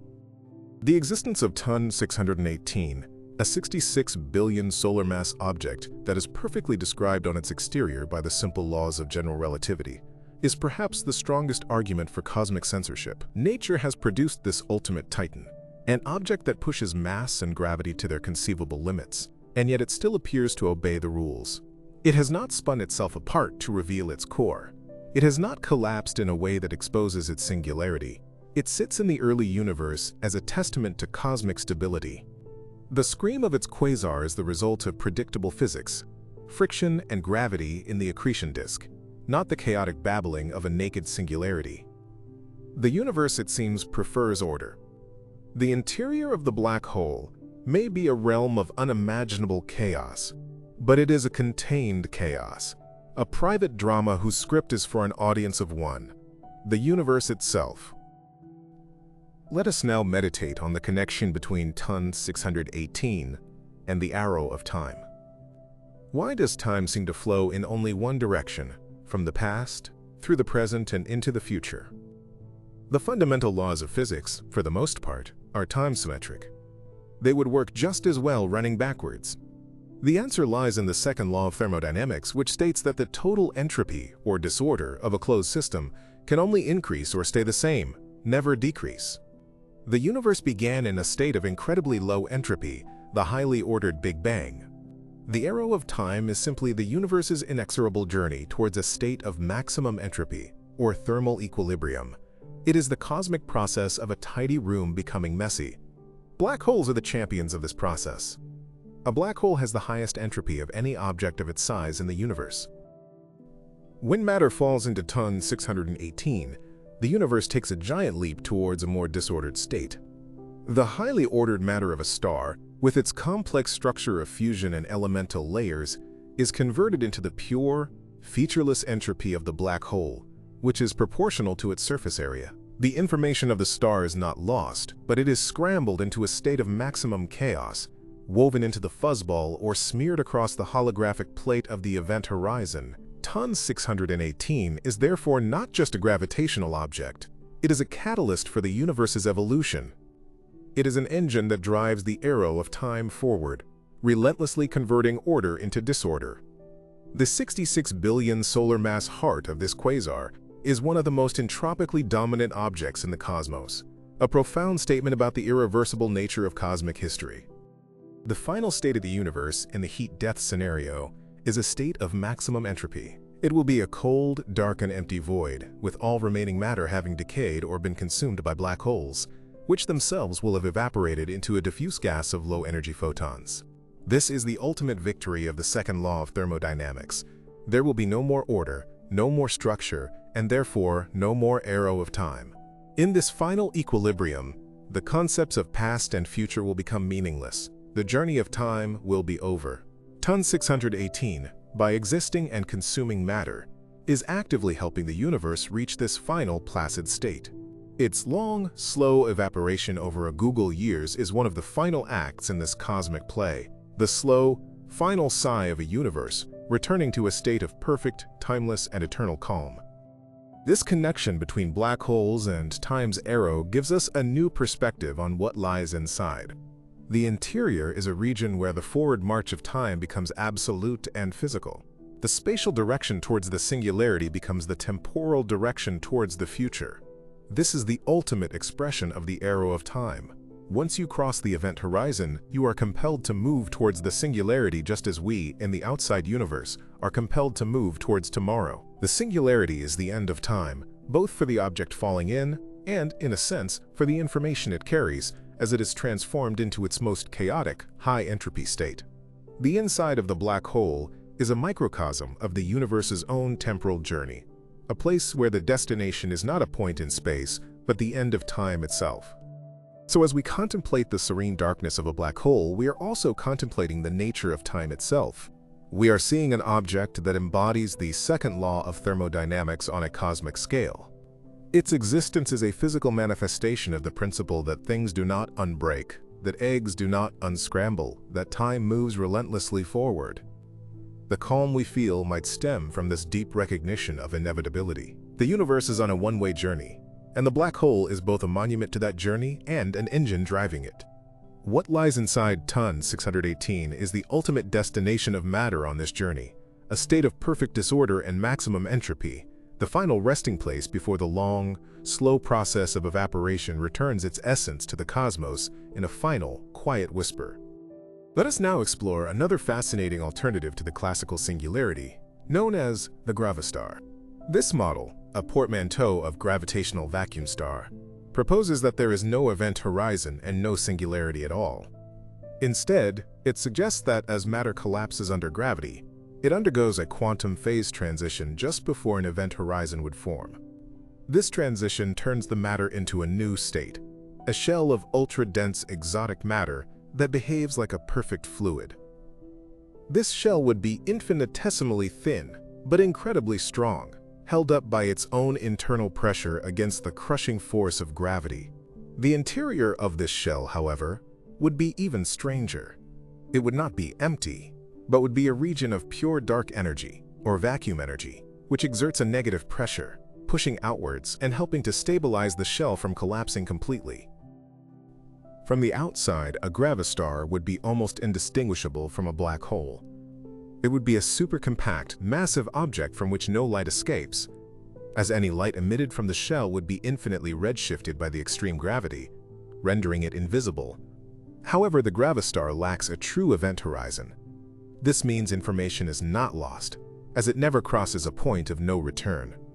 It is simply incorporated into the dense shell of matter. It also lacks a singularity, thus avoiding the breakdown of physics. The gravastar model is an attempt to resolve the paradoxes of black holes by invoking concepts we already believe to exist, such as phase transitions and dark energy, the very substance driving the accelerated expansion of our universe. The heart of Ton 618 in this view is not a gateway to another reality, but a bubble of the same dark energy that shapes our cosmos, wrapped in a diamond-hard shell of exotic matter. If Ton 618 were a gravastar, it would have profound implications. The lack of a true event horizon means that, in principle, it could be possible to retrieve information from its surface. More dramatically, gravastars could be detected by their gravitational wave signatures. When two black holes merge, the signal cuts off abruptly after they combine. But if two gravastars merge, their physical surfaces would collide, potentially creating a chaotic ringing of gravitational waves, an echo that a true black hole merger would not have. Future, more sensitive gravitational wave detectors could listen for these echoes, providing a definitive test to distinguish between a true black hole with an event horizon and a horizonless exotic object like a gravastar. The answer to what lies inside may come not from a telescope that sees light, but from an observatory that hears the vibrations of space-time itself. The gravastar hypothesis presents a universe that is, in a way, less magical but more self-consistent. It avoids the need for information loss, firewalls, or gateways to other universes. It suggests the laws of physics as we understand them, including quantum mechanics and the nature of the vacuum, are sufficient to explain even the most extreme objects. The interior of Ton 618 would be a region where the energy of the vacuum, which we normally only see on cosmological scales, becomes dominant. Gravity would be balanced not by the pressure of matter, but by the repulsive force of space-time itself. This would make the gravastar a stable, cold, and dark object, a quiet monument of condensed vacuum energy. It is a less fantastical but perhaps more elegant solution, a universe that solves its own problems without rewriting its fundamental rules. So we are left with a choice of visions.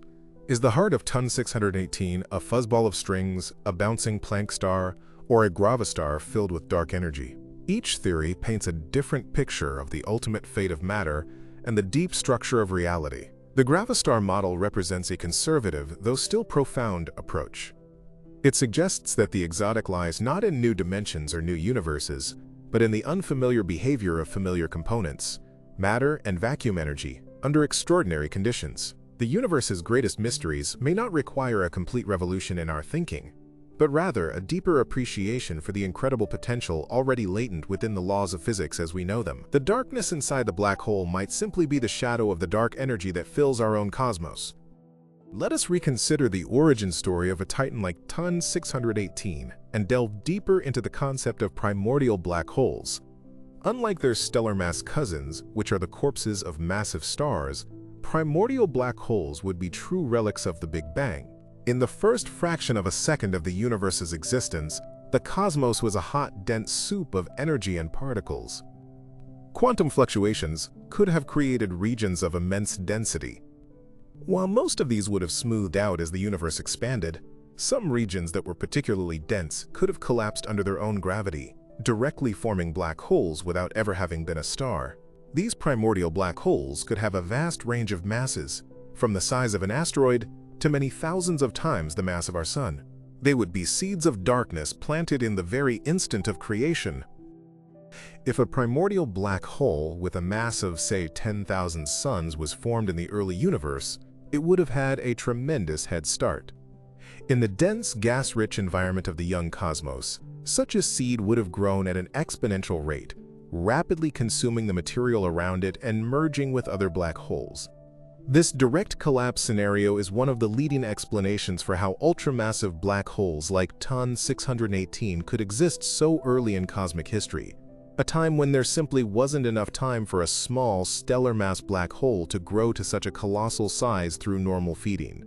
Ton 618 may not be a self-made monster, but a born giant, a direct descendant of the chaotic and violent conditions of our universe's birth.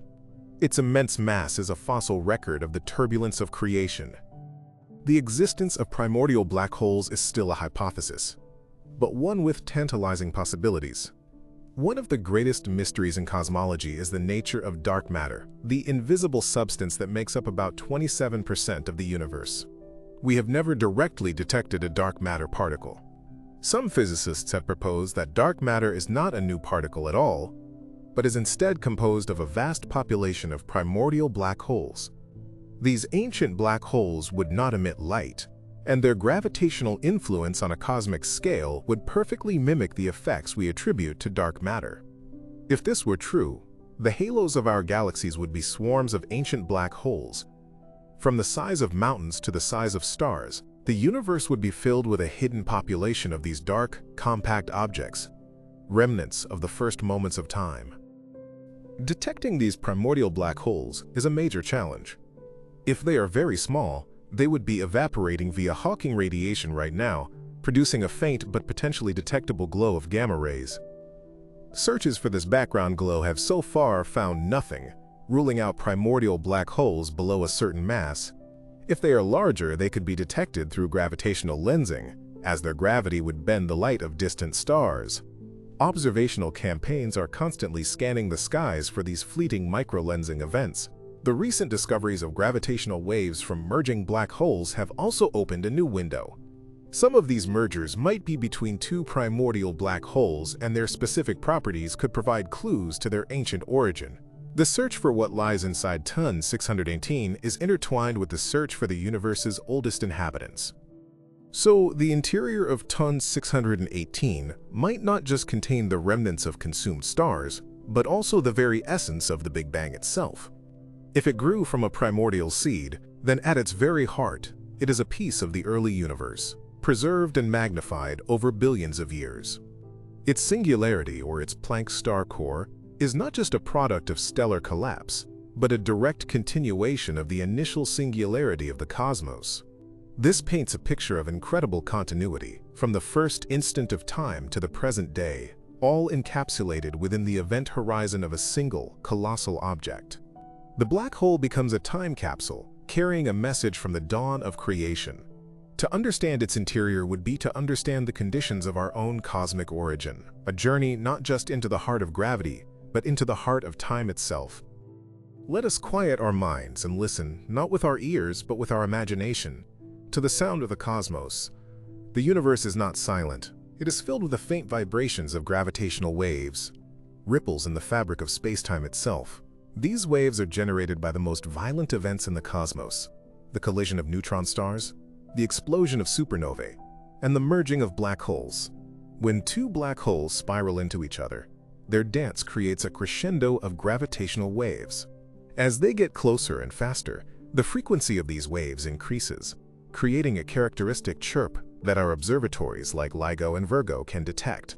This sound is the purest confirmation of Einstein's theory, the audible whisper of space-time being warped and twisted by the embrace of two massive objects. It is the sound of gravity itself. The gravitational waves we have detected so far are from the merger of stellar mass black holes. Typically, a few dozen times the mass of our Sun. Their chirp lasts for a fraction of a second, rising quickly in pitch before cutting off into the silence of a single, larger black hole. But imagine the sound of a merger involving an object like TON 618. The collision of two ultramassive black holes would be an event of unimaginable power. The sound would not be a high-pitched chirp, but a slow, profound bass note, a cosmic hum that could last for years, even centuries.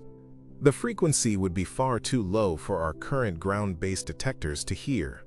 We would need a space-based observatory, with detectors separated by millions of kilometers, to even begin to register this slow, deep song of titans. This low-frequency gravitational wave background would be a constant hum beneath the symphony of the cosmos. It would be the blended sound of every supermassive black hole merger that has ever occurred, a cosmic choir of gravitational whispers. Listening to this background would allow us to take a census of the universe's most massive inhabitants, to understand their history, their populations, and their growth. The precise shape of the gravitational waveforms from a merger can also tell us about the properties of the black holes themselves, including their spin and mass. And in the final moments of the merger, as the two horizons combine, the ring-down phase, the final vibrations of the new, unified black hole could contain clues about the very nature of the event horizon, potentially revealing the subtle differences between a true black hole and an exotic alternative like a gravistar or a fuzzball. So as we contemplate the silent, dark form of TON 618, we can imagine it not as a silent object, but as a potential musical instrument of space-time. Its very existence, its spin, and its mass contribute to the gravitational field of the universe. If it were to merge with another giant, it would produce a sound of such profound depth and power that it would ripple through the cosmos for eons. This sound would be pure information, a message written in the language of geometry, telling the story of its violent union. The interior of the black hole may be forever hidden from our sight, but its influence, its gravitational voice, is a part of the universal symphony. By learning to listen to these deep vibrations, we are developing a new sense with which to perceive the universe, a sense that is blind to light, but exquisitely sensitive to the rhythm of gravity. The quietude of space is an illusion of our limited senses. It is a place of constant vibration, of deep and resonant hums, from the collisions of giants that occurred billions of years ago. The gravitational waves from these ancient events are passing through us right now, stretching and compressing the space we inhabit by an amount far too small to feel, but not too small to detect. TON 618 is a player in this cosmic orchestra, and its potential song is one of the deepest notes imaginable. Meditating on this cosmic soundscape can bring a profound sense of connection to the universe. We are not separate from these cosmic events. We are immersed in their faint, ancient echoes. We are living inside the symphony, and the heart of the black hole is one of its most powerful and mysterious instruments. Let us now explore the modern understanding of information itself, for it is central to the mystery of the black hole's interior. In classical physics, information was an abstract concept, a property of a system but not a fundamental part of it. However, in the light of thermodynamics and quantum mechanics, we now understand that information is physical. Landauer's principle, a cornerstone of this view, states that the act of erasing one bit of information in a system must, by necessity, release a minimum amount of heat into the environment. This connects the abstract concept of information directly to the physical quantities of energy and entropy. Information is not just something we have about the universe. It is a fundamental, physical constituent of the universe itself, alongside matter and energy. Every particle, every field, every point in spacetime can be seen as a carrier of information. This physical nature of information is what makes the information paradox so severe. When a book with all its information falls into a black hole, it's not just the abstract story that is at risk. It is the physical arrangement of the atoms, the quantum states of the ink and paper, the very bits of reality that constitute the book. If the black hole evaporates into purely random, thermal radiation, that physical information is destroyed, violating the fundamental law of quantum mechanics that information cannot be erased from the universe. This is why physicists have developed such seemingly exotic theories as the holographic principle or fuzzballs. They are not just trying to avoid a philosophical problem, they are trying to preserve the very foundation of quantum physics. What lies inside ton 618 must be a mechanism for storing, not destroying, the 66 billion suns worth of physical information it has consumed. If information is physical, then a black hole can be thought of as the ultimate computer, a cosmic hard drive of unimaginable density. The Bekenstein-Hawking entropy formula can be reinterpreted. The entropy of a black hole is a measure of its information storage capacity.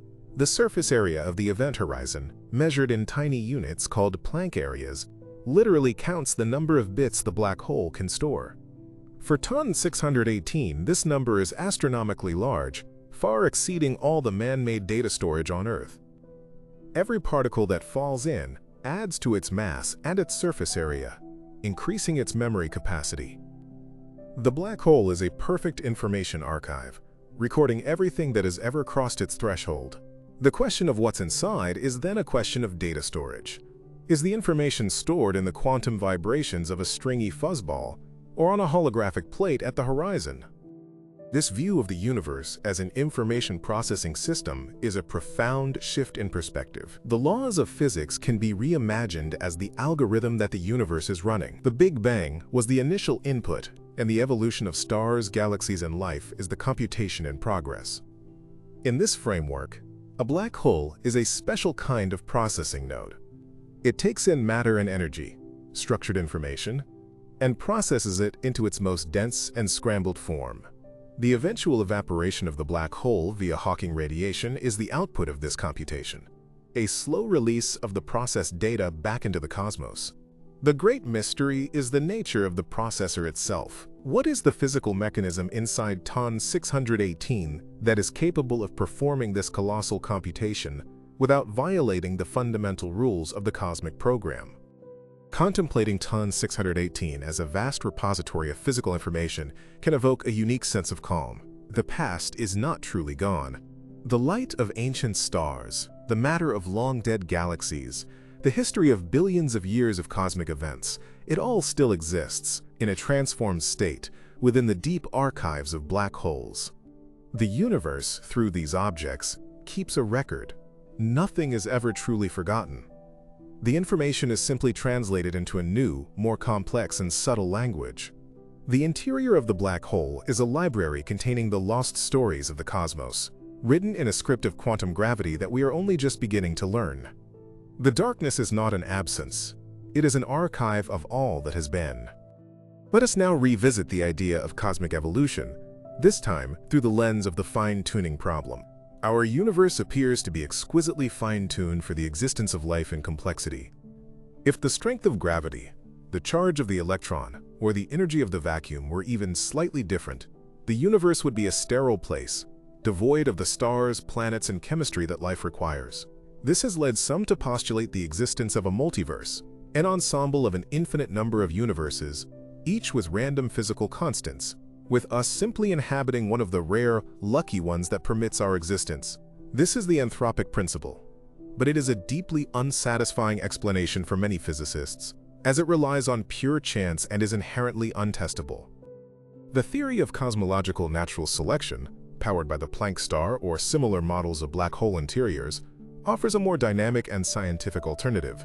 It proposes that the multiverse is not a static collection, but an evolving ecosystem.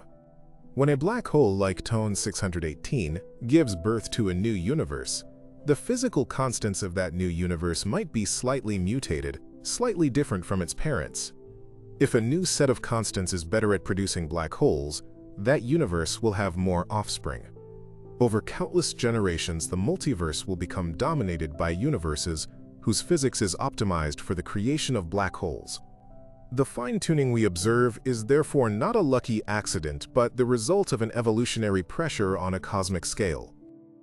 In this remarkable picture, the existence of stars and galaxies is not the end goal of cosmic evolution, but rather a necessary intermediate step. Stars are required to live and die to create the heavy elements needed for planets and life, but more importantly from this perspective, massive stars are required to collapse and form black holes. Galaxies are needed to gather enough gas and stars to form supermassive black holes at their centers. The complex, life-giving universe we see around us would be a byproduct of a cosmos that is fundamentally optimized for its own reproduction via black holes. The interior of TON 618 is therefore not just a physical place. It is a crucial organ in the reproductive cycle of the cosmos. It is the womb from which the next generation of reality may spring forth. This evolutionary model makes a testable prediction. It suggests that if we adjust the fundamental constants of our universe and our theories, we should find that almost any change we make would result in a universe that produces fewer black holes. Our universe should be sitting at or very near a peak in the landscape of black hole productivity. Physicists are actively exploring this idea, running simulations to see if our universe's constants are indeed optimized in this way. The results are still inconclusive, but it is a line of inquiry that transforms cosmology from a purely observational science into one that can make predictions based on a grand, overarching theoretical framework. The mystery inside the black hole becomes a clue to the origin of the laws that govern everything.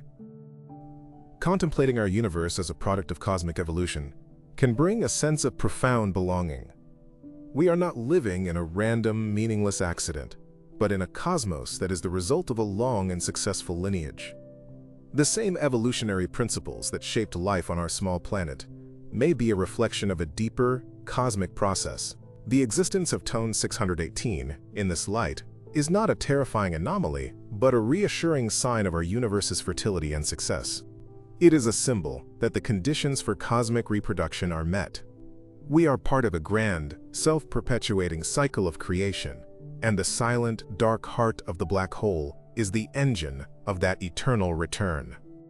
The journey into the heart of TON 618 is ultimately a journey to the limits of our current understanding, to the boundary where our two great pillars of modern physics, general relativity and quantum mechanics, fail to converge. General relativity, the theory of the very large, gives us the smooth, curved spacetime, the event horizon, and the inevitable collapse to a singularity. Quantum mechanics, the theory of the very small, governs the world of particles and probabilities, and insists that information can never be lost. At the center of the black hole, these two theories meet, and they give contradictory answers. This is the great crisis of modern theoretical physics, and the singularity is its focal point. It is a sign that our current theories, while incredibly successful in their own domains, are incomplete. They are approximations of a deeper, more fundamental theory. This undiscovered theory, often called a theory of everything or a theory of quantum gravity, is the holy grail of physics. It would be a single framework that describes all the forces of nature, from the quantum jitters of a single particle to the gravitational dance of galaxies. It would be the theory that could finally tell us, with authority, what happens when a star collapses completely, what the universe was like at the instant of the Big Bang, and what truly lies at the heart of a black hole. Theories like string theory, which gives us the fuzzball, and loop quantum gravity, which gives us the Planck star, are our leading candidates for this ultimate theory, but neither is complete or experimentally verified. They are our best educated guesses about the nature of the final, unified law of the cosmos. Therefore, the interior of Ton 618 is not just a place. It is the physical manifestation of our own ignorance. The singularity is the point on our map where we write, "Here be dragons." But it is also a powerful guide. By studying the paradoxes of black holes, by pushing our current theories to the point where they break, we learn about the necessary features of the next, more complete theory. The black hole acts as a theoretical crucible, testing our ideas and showing us where they are weak. The information paradox, the firewall problem, the nature of the singularity. These are not just puzzles. They are clues, gifts from the cosmos, pointing us in the direction we need to go to find a deeper understanding of reality. This quest for a final theory is a multi-generational human endeavor of incredible ambition. It is the belief that the universe, in all its vastness and complexity, is ultimately comprehensible, that it operates on a set of elegant and unified principles. A black hole like TON 618 is the ultimate testing ground for this belief. If we can one day explain what lies within its event horizon, it will be one of the greatest triumphs of the human intellect. It will be the moment when our understanding of the laws of nature becomes as powerful as the force of gravity itself. The dark, silent object in the distant universe is a challenge, an invitation to continue this great scientific and philosophical journey. There is a profound peace in recognizing this boundary of knowledge. It is a state of negative capability, of being able to exist within uncertainty and mystery without an irritable reaching after fact and reason. To contemplate the heart of Ton 618 is to embrace the vastness of what we do not know. It is to find comfort not in the answers, but in the majestic and beautiful questions that the universe poses. The silence of the black hole's interior is a reflection of the silence of our own understanding at its deepest limit. And in that shared silence there is a deep and meditative connection to the cosmos, a quiet awe at the scale of the mystery in which we are privileged to participate. As our journey of the mind nears its conclusion for now, let us return to the image of Ton 618 as a distant beacon. The light from its quasar, a 10-billion-year-old message, has traveled across the expanding universe to reach us. This light is the byproduct of matter's final chaotic moments, before it surrenders its information to the quiet archive within. This duality of furious, brilliant light on the outside, and silent, mysterious darkness on the inside is the essential nature of the black hole. It is both a creator of immense energy and a consumer of all matter. It is a paradox made manifest, an object that is defined by its boundary, the veil between the known and the unknowable. It is the most extreme and yet the simplest object in the universe, its external properties defined by just 3 numbers: its mass, its spin, and its charge. We have explored a landscape of radical ideas, each attempting to map the impossible terrain inside that boundary. We have envisioned a tangled ball of quantum strings, a rebounding star birthing a new universe, a shell of exotic matter around a core of pure vacuum energy. We have contemplated a holographic projection, a firewall of destruction, and a gateway to other dimensions. None of these ideas are proven, and some may seem like science fiction, but they are all born from the rigorous application of our best and most profound physical theories. They are the logical consequences of pushing our knowledge to its absolute limit, and in that sense, they are more than just speculation. They are echoes of a deeper truth, fragments of a map to a reality more wondrous than we can currently comprehend. The ultimate truth of what lies inside Ton 618 may not be as important as the state of mind that contemplating the question induces. It is a mental exercise that detaches us from the small anxieties of our daily existence and connects us to the grand, cosmic scale. It fosters a sense of intellectual humility in the face of such vastness and a sense of profound awe at the intricate, elegant, and often bizarre nature of the universe. To think about the heart of a black hole is to quiet the analytical mind's need for simple answers and to open it up to a more meditative state of wonder. The intellectual deluge of information is not meant to be memorized, but to wash over the listener, leaving behind a sediment of calm and a deep sense of perspective. Let the remaining questions float gently in your mind. Do not struggle for answers. Allow the concepts to drift like nebulae: the fuzzball, the Planck star, the holographic boundary, the arrow of time, the cosmic sound, These are not problems to be solved in a state of rest, but rather concepts to be held lightly, as objects of contemplation. Each one is a gateway to a different facet of the universe's majesty. The goal is not to conquer the mystery, but to be humbled and soothed by its presence. The largest black hole in the universe is a powerful anchor for the mind, a point of infinite gravity and infinite mystery that can hold your attention and draw you away from the noise of the world into a state of deep, cosmic calm. As you drift now into a state of deeper tranquility, let the image of Ton 618 be your guide, a silent, patient, and eternal guardian of secrets. It has waited for billions of years, and it will wait for trillions more. It is a symbol of the profound peace that lies at the heart of the most chaotic events. It is the universe's ultimate expression of stillness and finality. Rest now, in the quiet gravity of this thought.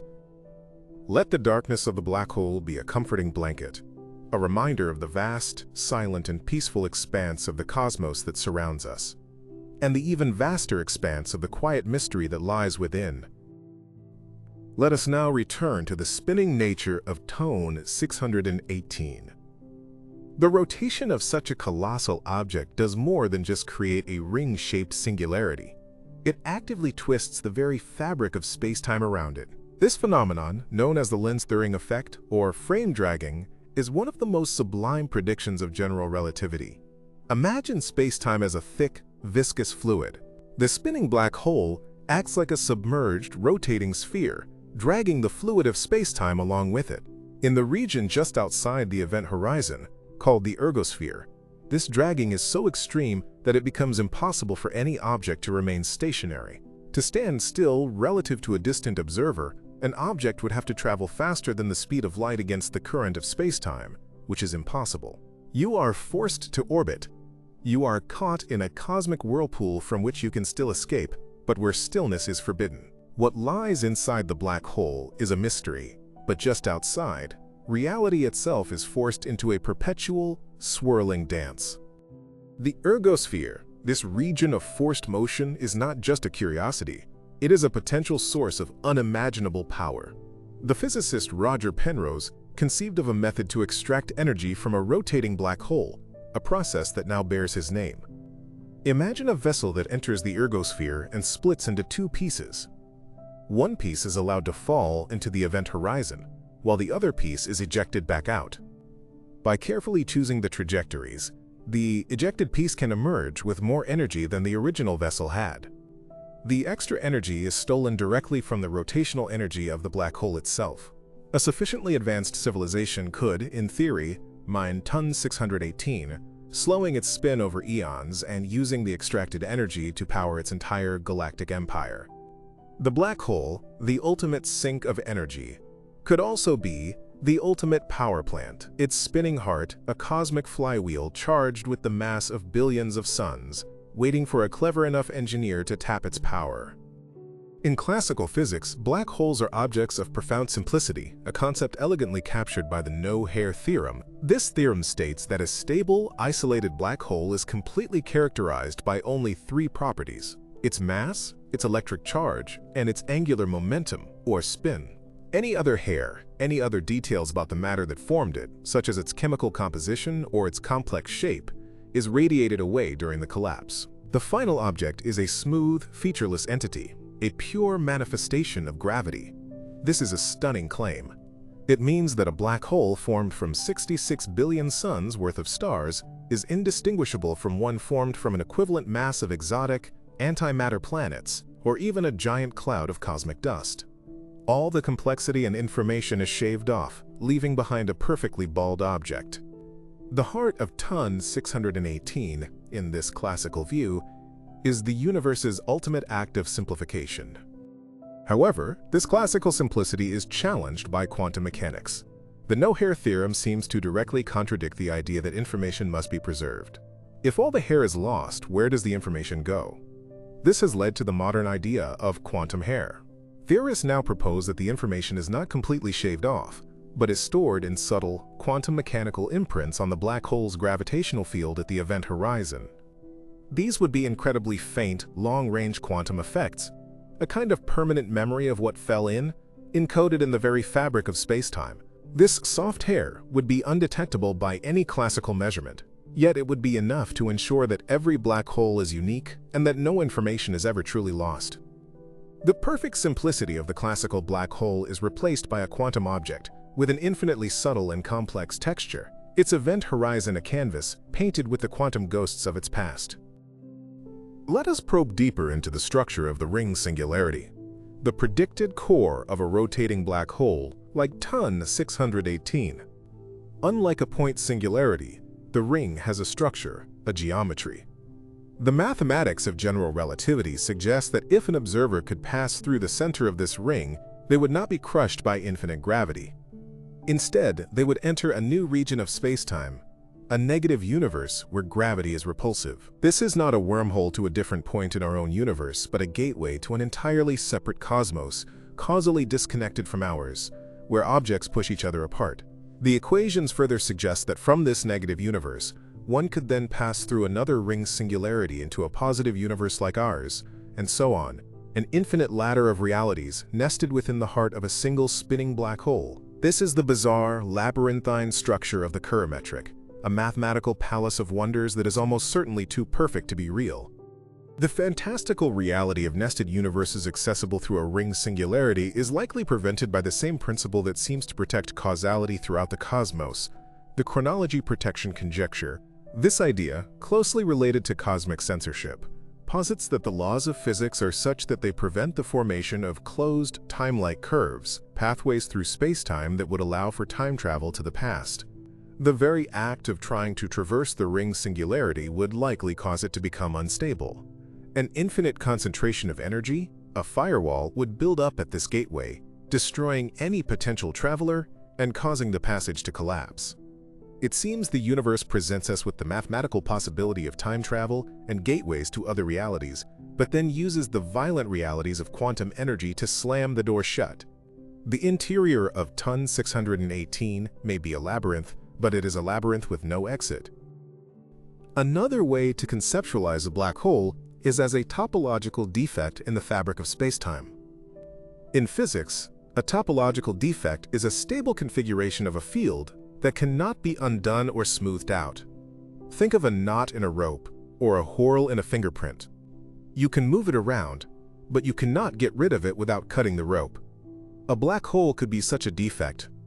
It is a region where the geometry of spacetime has been so fundamentally altered, so knotted, that it has created a hole or a boundary where there was none before. The event horizon is the edge of this defect. This perspective shifts the focus from the matter that created the black hole to the resulting state of spacetime itself. The matter is gone, but it has left a permanent, stable scar in the geometry of the universe. What lies inside TON 618, then, is not an object in spacetime, but a fundamental change of spacetime. The incredible power and elegance of the Kerr metric, the mathematical solution describing a rotating black hole, deserves a moment of quiet contemplation. Before its discovery, it was widely believed that finding an exact solution to Einstein's equations for something as complex as a spinning object would be impossible. Yet, the Kerr solution is remarkably simple and elegant in its final form. This has led many physicists to believe that it must be a deep reflection of some fundamental truth. Nature, at its most profound level, often reveals itself through beautiful mathematics. The intricate dance of frame dragging, the nested structure of the ergosphere and event horizons, the geometric perfection of the ring singularity, these are not just mathematical curiosities. They are the language that gravity speaks, and the Kerr solution is our translation. What lies inside TON 618 is the physical embodiment of one of the most beautiful equations we have ever discovered. The shadow of a black hole provides a way for us to test these incredible geometric predictions. The shadow is not the event horizon itself, but a larger region of darkness created by the black hole's extreme gravitational lensing. It is the silhouette of the abyss, an outline formed by the paths of photons that are captured by the black hole. The precise size and shape of this shadow depend critically on the black hole's mass, and, most importantly, its spin. For a non-spinning black hole, the shadow is perfectly circular. For a spinning black hole like TON 618, the frame dragging effect squashes the shadow, making it slightly D-shaped. Our Event Horizon Telescope has already captured images of these shadows for smaller supermassive black holes, and the results perfectly match the predictions of general relativity. Seeing the shadow of TON 618 would be a definitive test of our understanding of gravity in its most extreme domain, a direct glimpse of the warped geometry of space-time. The feedback loop between an ultramassive black hole and its host galaxy is a crucial engine of cosmic evolution. A galaxy is not just a quiet island of stars. It is a dynamic ecosystem, and the central black hole is its apex predator. As gas and dust flow towards the galactic center, they feed the black hole, causing it to blaze as a quasar like TON 618. The intense radiation and powerful jets from this quasar then blast outwards, heating up the surrounding gas and blowing it out of the galaxy entirely. This process, known as quasar mode feedback, effectively sterilizes the galaxy, shutting down star formation for billions of years. The black hole, by feeding, ensures that its own food supply is cut off. This self-regulation is key to explaining why massive galaxies are not even larger than they are. The heart of TON 618 is not just a consumer. It is a cosmic thermostat that governs the life and death of its entire host galaxy. Let us now connect the physics of the black hole's interior to the physics of the early universe. There is a deep and profound symmetry between these two realms. The singularity at the heart of a black hole is a point of infinite density and temperature, a place where space-time curvature becomes extreme. The initial state of the Big Bang was also a state of near-infinite density and temperature. It is widely believed that the same theory of quantum gravity that will ultimately describe the black hole's singularity will also describe the first moments of cosmic creation. The black hole is a laboratory that recreates the conditions of the Big Bang in miniature. What lies inside TON 618 is not just the end state of collapsed matter, but also a pristine echo of the beginning of all matter, time, and space. To understand one is to understand the other.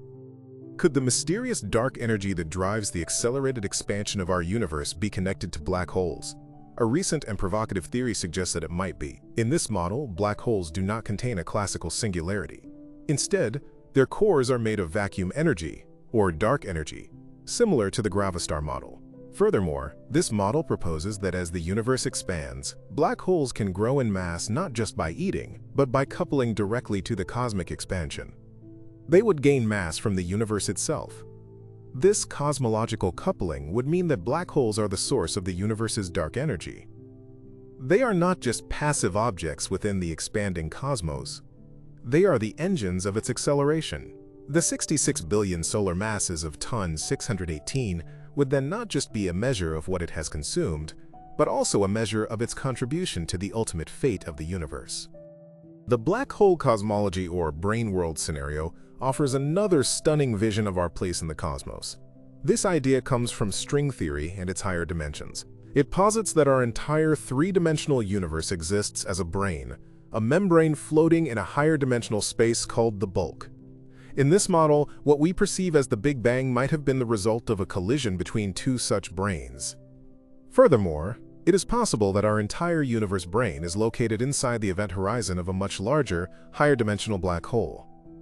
The physics on our brain would appear to us as our familiar cosmology, while the singularity of the higher dimensional black hole would be hidden from us. What lies inside TON 618 would then be a black hole within a black hole, a fractal-like nesting of realities that challenges our very definition of universe.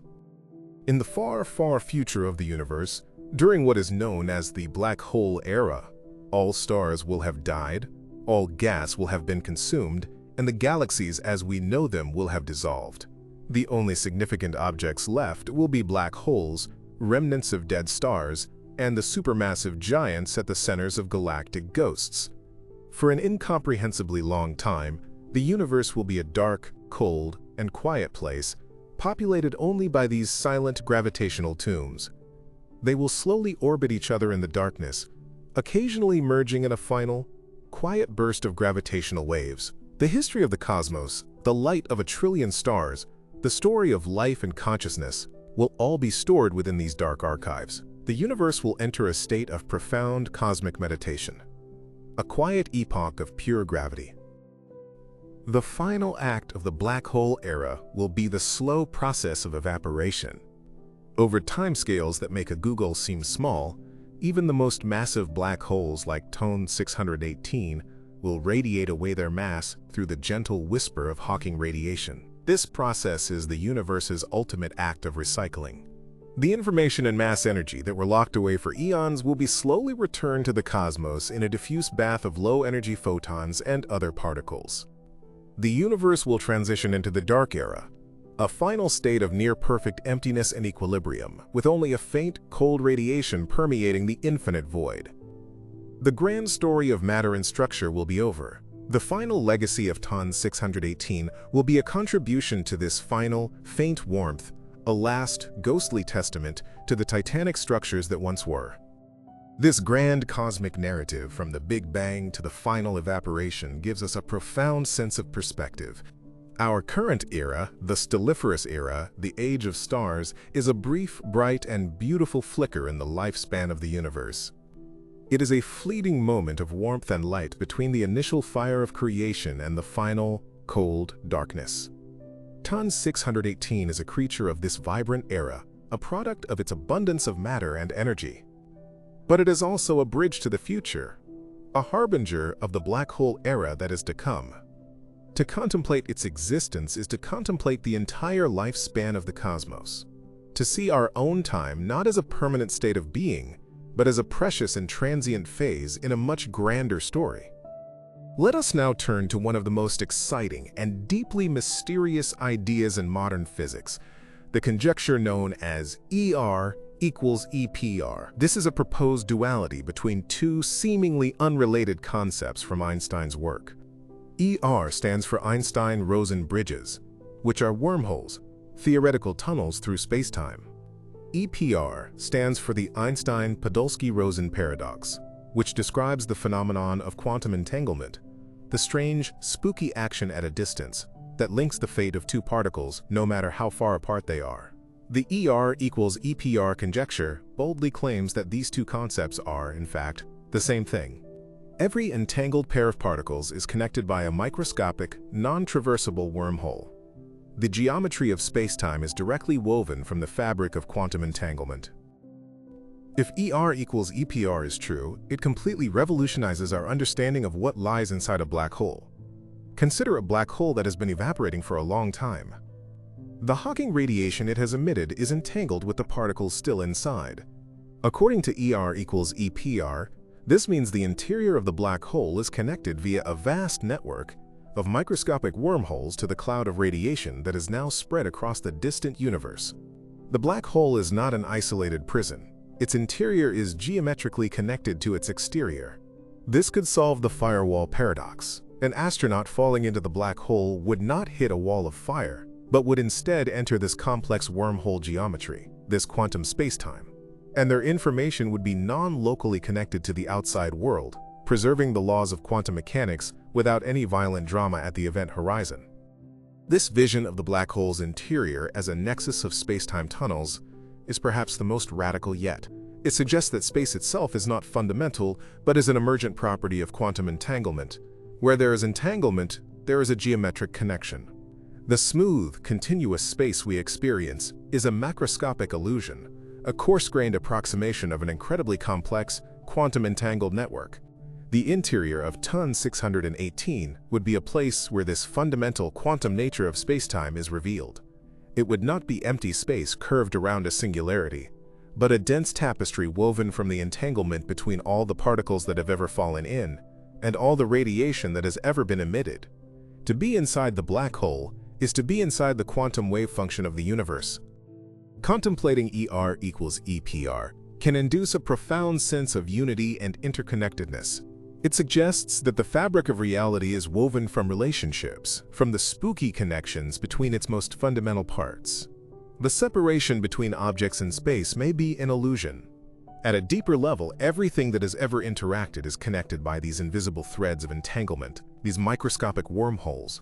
The universe is not a collection of separate objects, but a single, vast, interconnected quantum system.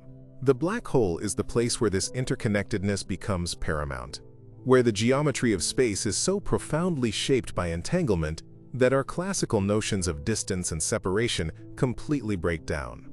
What lies inside ton 618 is a testament to the holistic, unified nature of reality. Let's elevate our speculation to the highest level framework we have, M-theory. This is a proposed master theory that unites the 5 different versions of string theory into a single 11-dimensional framework. In addition to one-dimensional strings, M-theory includes higher dimensional objects called branes, short for membranes. A black hole, in this view, might be constructed from a complex intersection of these branes, wrapped up in the extra, hidden dimensions of space-time. The properties of the black hole we observe in our 4 dimensions, its mass, its spin, would be a reflection of this intricate, higher-dimensional origami. The fuzzball model is one consequence of this idea, where the interior is a tangled mess of strings and branes. What lies inside 10618 could be a portal, not to another universe, but to these extra dimensions, a place where the full 11-dimensional nature of reality is unfurled. The idea of a black hole's interior as a quantum computer is a powerful metaphor that may be literally true. A quantum computer stores and processes information in qubits, which can exist in a superposition of both 0 and 1. The immense information storage capacity of a black hole, dictated by its entropy, suggests it is a natural quantum system of incredible power.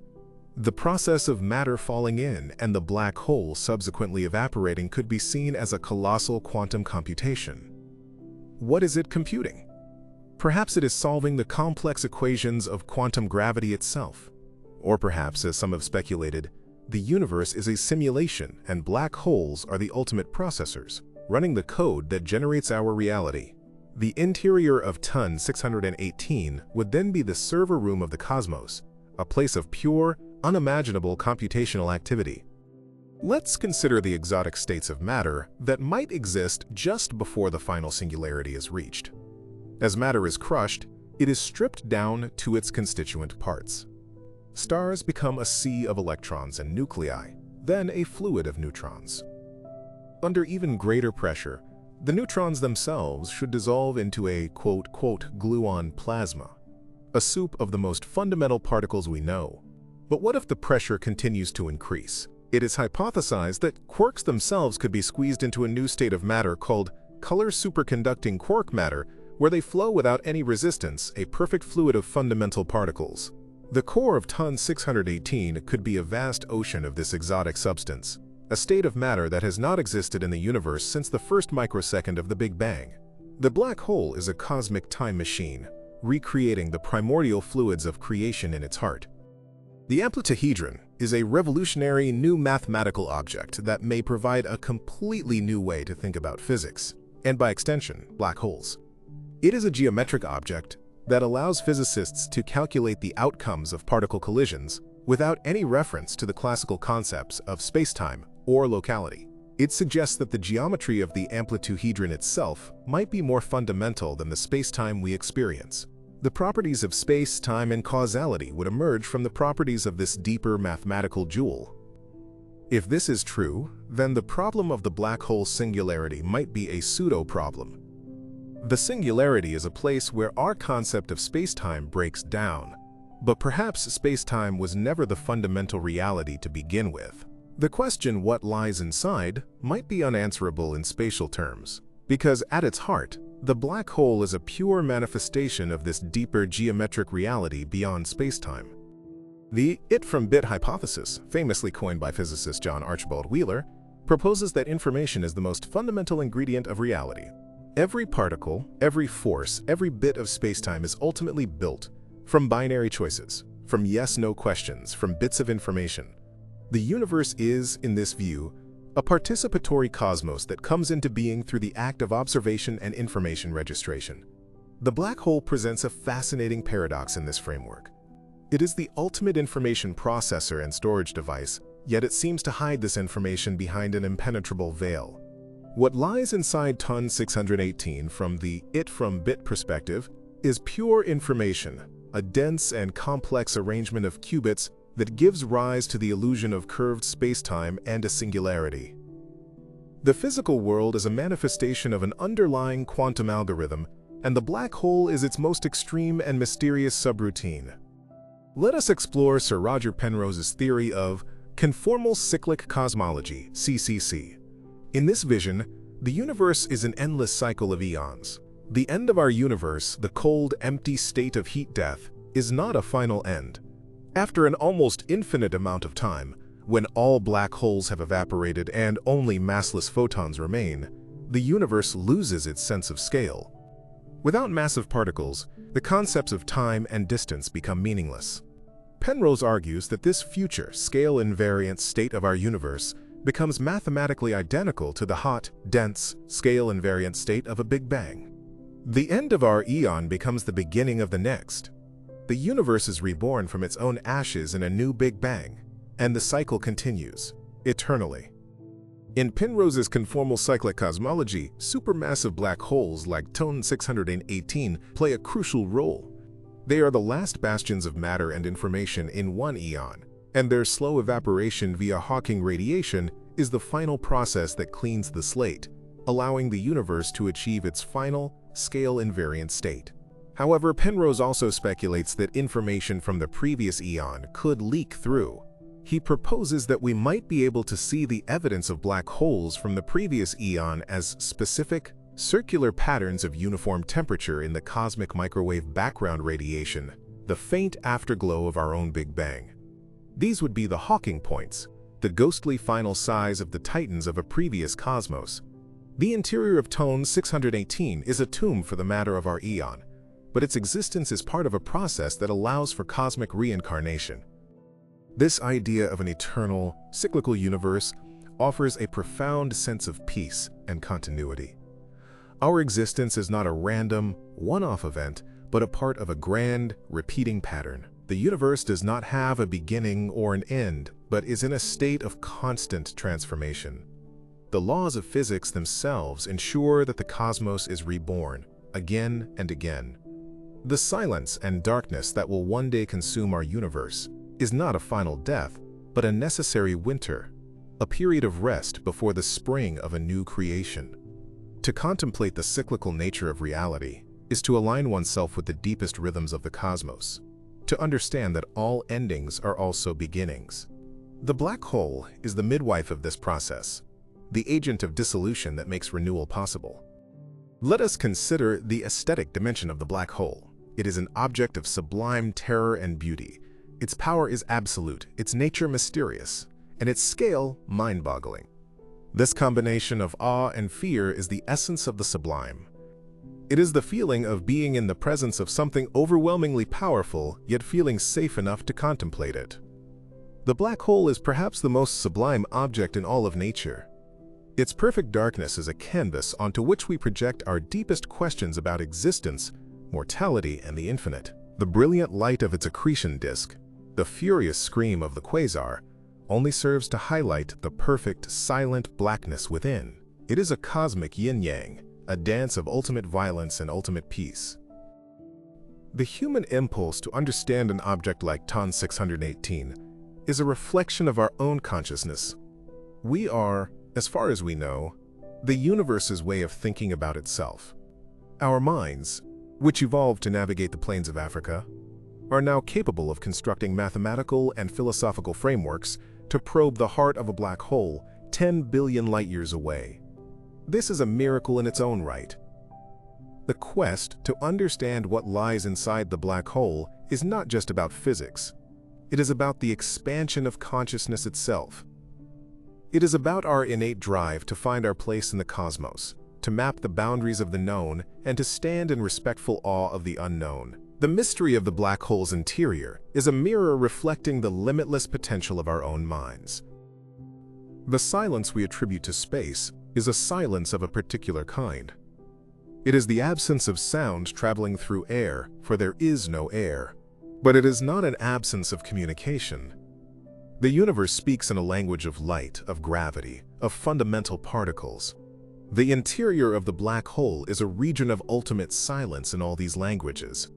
Light cannot escape, gravitational waves are trapped, and matter is transformed into a state with no familiar voice. It is a point of absolute causal isolation.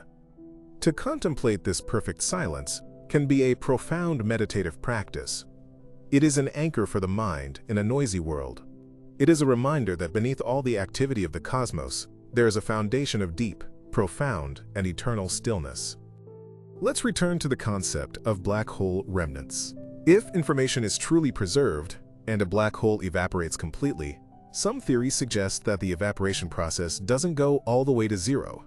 It stops when the black hole reaches the Planck mass, the smallest possible mass in quantum gravity. What is left behind is a tiny, stable, remnant particle.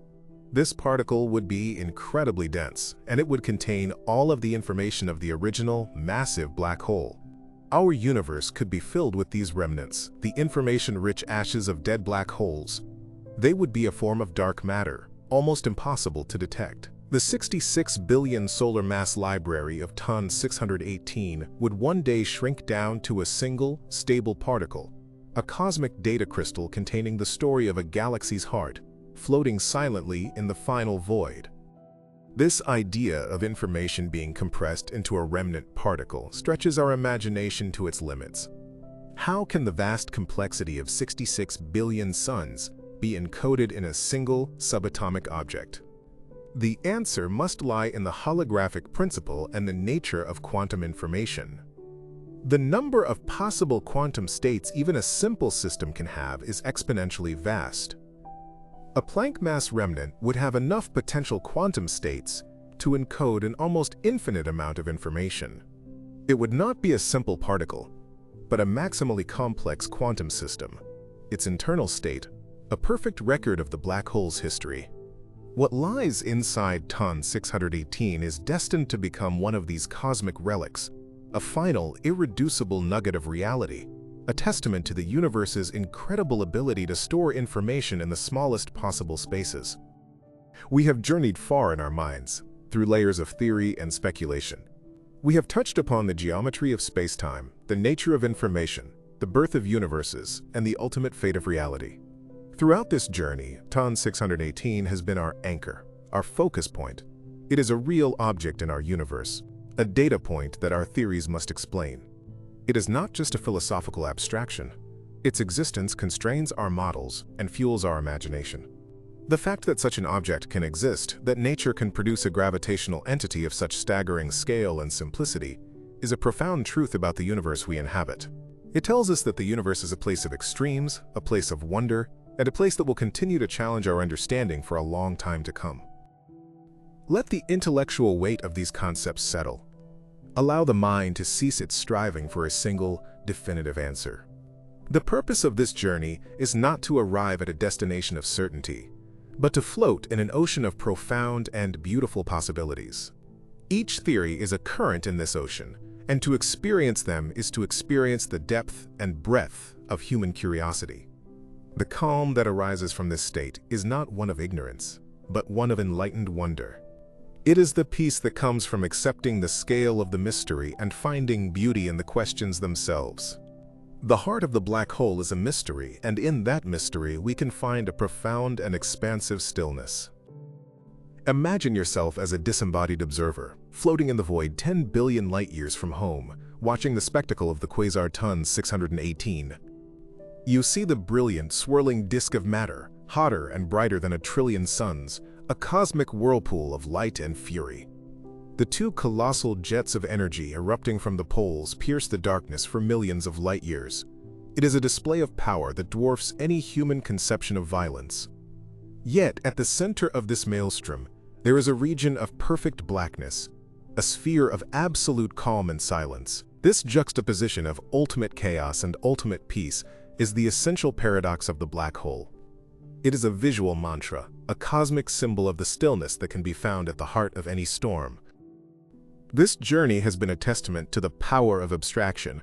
We cannot go to Ton 618, we cannot send a probe into its heart. And yet, through the abstract language of mathematics and the disciplined practice of logic, we can construct detailed, plausible, and often beautiful pictures of what might lie within. This is the unique gift of our species. We can transcend our physical limitations through the power of thought. To contemplate the interior of a black hole is to exercise this gift to its fullest. It is to engage in an act of pure, abstract exploration, to travel to a place that exists, for now, only in the shared landscape of our scientific imagination. As we bring this phase of our contemplation to a close, let us not seek closure. The story of what lies inside the largest black hole is a story that is still being written. New observations, new theories, and new insights will continue to change our understanding. To accept this open-endedness is to align ourselves with the scientific process itself, which is not a body of facts, but a continuous process of questioning, discovery, and refinement. The mystery of Ton 618 is not a puzzle to be solved and then discarded. It is a perennial source of wonder, a cosmic koan that will continue to inspire and challenge human thought for generations to come. The journey does not end here, it simply pauses. Let the feeling of scale wash over you one last time. The size of this object, large enough to swallow our solar system many times over. The mass, 66 billion times that of our Sun. The distance, over 10 billion light-years. The time scales, from the microseconds of the Big Bang to the googles of years of its evaporation. Immersing the mind in these scales is a powerful antidote to the narrow focus of everyday life. It stretches our consciousness, recalibrates our sense of importance, and reveals a universe far grander and more ancient than our intuition can grasp. In this vastness, our own concerns find their proper, small place, and a sense of profound peace can emerge. The final state we seek is one of restful curiosity, a state where the mind is active but not agitated, where questions can be held without the need for immediate answers, and where the beauty of the cosmos is appreciated for its own sake. The black hole is the perfect object for this state of mind. It is a physical embodiment of a question mark. It invites our curiosity but repels our certainty. It is a dark, silent teacher, instructing us in the virtues of humility, of patience, and of wonder. Allow yourself to rest in its presence, to feel the gentle gravitational pull of its mystery, drawing your mind into a state of quiet, expansive, and deep tranquility. Consider again the journey of a single photon of light from the quasar of Ton 618. For 10 billion years, it has traveled in a straight line through the expanding, evolving cosmos. It has passed through nascent galaxies, skirted the edges of vast cosmic voids, and witnessed the birth and death of countless stars. It is a messenger from an ancient past, carrying the story of the black hole's furious feast. That this messenger can arrive at our small planet, be captured by our telescopes, and trigger these profound questions in our minds, is a chain of events of incredible improbability. It is a connection across space and time that links our consciousness directly to the edge of the abyss. We are not just looking at the black hole, we are in a dialogue with it. The concept of nothing is redefined by the black hole.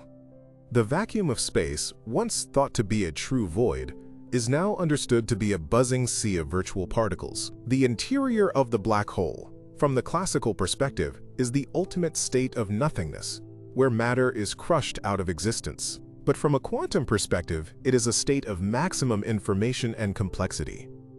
The black hole teaches us that our intuitive concepts of something and nothing are too simple. It forces us to confront a reality where the most empty-looking things can be the most full, and where the nature of existence is written in a language of quantum states and geometric possibilities, not in the familiar terms of solid objects and empty space. The darkness inside the black hole is not a passive darkness. It is an active, powerful darkness. It is the darkness of a gravity so strong that it has folded space-time over on itself. It is the darkness that results when the escape velocity exceeds the speed of light, the ultimate speed limit of the cosmos. This is a darkness born of a law of physics being pushed to its absolute extreme. To meditate on this darkness is not to meditate on an absence, but to meditate on a presence, the presence of an ultimate power, an ultimate boundary, and an ultimate mystery. It is a calming, profound darkness, a darkness that holds the secrets of the universe in its silent, patient embrace. Let us reflect on the name itself, Ton 618. It is a catalog number from the Tonnentzintler Observatory, a dry scientific designation for an object of almost mythical proportions. This contrast is beautiful. It speaks to the nature of science, the methodical, patient, and often mundane process of cataloging the sky, which can suddenly reveal an object that challenges our entire conception of the cosmos. The journey to understanding what lies inside Tomb 618 is a journey from the dry data of astronomical surveys to the most profound and speculative realms of theoretical physics. It is a testament to the power of careful observation to unlock the deepest philosophical questions. The name is a humble key that opens a door onto the infinite. The interior of the black hole is a place where the distinction between matter and space-time may dissolve entirely. In the fuzzball picture, the object is made of strings, the fundamental constituents of everything. In loop quantum gravity, the Planck star is a rebound of the quantum geometry of space-time itself. In both cases, the classical idea of matter existing at a location in space-time is no longer valid. The three concepts merge into a single, unified, quantum gravitational entity.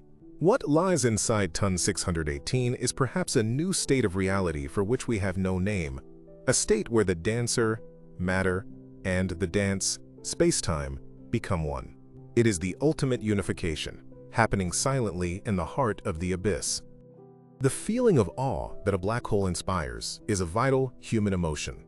It is the feeling of encountering something vast, powerful, and beautiful that we do not fully understand. Psychologists have found that the experience of awe can lead to increased feelings of generosity, of connection to others, and a diminished sense of self-importance. It is a healthy and necessary perspective shift. The study of an object like TON 618 is therefore more than just a scientific exercise. It is a pathway to an experience of awe. By contemplating its scale and its mystery, we are engaging in an activity that is beneficial for our own minds, connecting us to a reality far greater than ourselves, and, in doing so, bringing us a unique and profound sense of peace. As we draw this meditation to a close, let us not forget the light. For all our focus on the darkness within, TON 618 is known to us only because of the brilliant light of its quasar. This light is a beacon, a signal fire that draws our attention across billions of light years. It is the death scream of matter, but it is also the source of our knowledge, the catalyst for our questions. The light and the dark are inseparable. The brilliance of the quasar exists only because of the voracious appetite of the darkness it feeds. This duality is a lesson in itself. To understand the universe, we must embrace its contrasts, its paradoxes, its interplay of creative and destructive forces. The beauty is in the tension between the two. The final thought to hold is one of quiet gratitude. Gratitude for living in a universe that contains such wonders. Gratitude for the human mind's ability to even conceive of these questions. And gratitude for the sense of peace that can be found in contemplating these cosmic scales. The problems of our world do not disappear, but they are placed in a vast context. We are a brief, questioning consciousness on a small rock, orbiting an average star in a minor galaxy. And yet, from this humble vantage point, we can look out and contemplate the very heart of the largest and most mysterious objects in the cosmos. This ability is a gift, and the feeling it inspires is a deep and abiding calm. Let the river of information slow to a trickle. Let the torrent of ideas become a gentle stream. The intellectual deluge has served its purpose, to wash the mind clean of its immediate concerns, and to immerse it in the deep ocean of cosmic thought. Now all that is needed is to float, to rest in the quiet aftermath of this journey. The images and concepts will continue to resonate, but they no longer need to be followed or analyzed. They are now simply part of the quiet background hum of your own consciousness, a new, deeper resonance that connects you to the silent, starry night. Rest now. The heart of TON 618 will continue its silent vigil, a timeless monument in the deep past. It holds its secrets well, and that is as it should be. For it is the mystery, not the answer, that provides the space for wonder. It is the unknown that invites the mind to expand. And it is in that expansion, in that quiet and boundless contemplation of the cosmic abyss, that we can find the most profound and restorative peace. The journey is over for now. Let the silence of the void be your guide into a state of deep and dreamless sleep. We must now ask a question that lies at the boundary of physics and philosophy. In what sense is the interior of TON 618 real? Our entire knowledge of it is derived from the abstract, logical framework of mathematics. We have equations that describe a singularity, a ringularity, an event horizon. These mathematical objects are consistent and beautiful. But does a corresponding physical object truly exist in that form? This is the heart of the debate over mathematical Platonism. Are mathematical truths discovered, like a hidden continent, or are they invented like a story? If they are discovered, then the interior of the black hole, with all its bizarre geometry, exists as a perfect Platonic form, and the physical black hole is merely its imperfect shadow. If they are invented, then our descriptions are just stories we tell ourselves, the best models we can create, but the true reality of the interior remains fundamentally alien and unknowable, beyond any language we can devise. The role of the observer, a troubling specter in quantum mechanics, becomes paramount when we consider the black hole's interior. The measurement problem suggests that a quantum system exists in a haze of multiple possibilities until a measurement is made, at which point it collapses into a single, definite state. Reality in this sense is co-created by the act of observation. Since we, on the outside, can never receive a signal from within the event horizon, we can never measure its state. In what sense, then, does it have a single, definite reality? Black hole complementarity is one attempt to resolve this, suggesting that reality is observer-dependent. For the infalling astronaut, the interior is real and their fate is sealed. For us, the information is encoded on the horizon.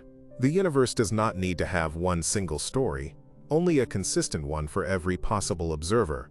What lies inside ton 618 might not be a place but a potentiality, a haze of possibilities waiting for an observer who can never report back. Let us meditate on the concept of eternity as it manifests at the event horizon. Due to extreme gravitational time dilation, from the perspective of a distant observer, any object falling towards the black hole appears to slow down as it approaches the horizon, its light becoming redder and dimmer. It never quite seems to cross. Its journey takes, from our point of view, an infinite amount of time. The event horizon is therefore a surface where time effectively freezes. Imagine a tapestry woven at this boundary, a frozen moment containing the image of every particle, every star, every civilization that has ever fallen into the abyss. Their final moments are stretched out over all of eternity, their light a permanent, fading whisper painted onto the surface of the void. This is not the eternity of endless duration, but the eternity of a single, timeless moment, a boundary where all of the black hole's history is simultaneously present, yet forever inaccessible. The physicist Eugene Wigner spoke of the unreasonable effectiveness of mathematics in describing the natural world.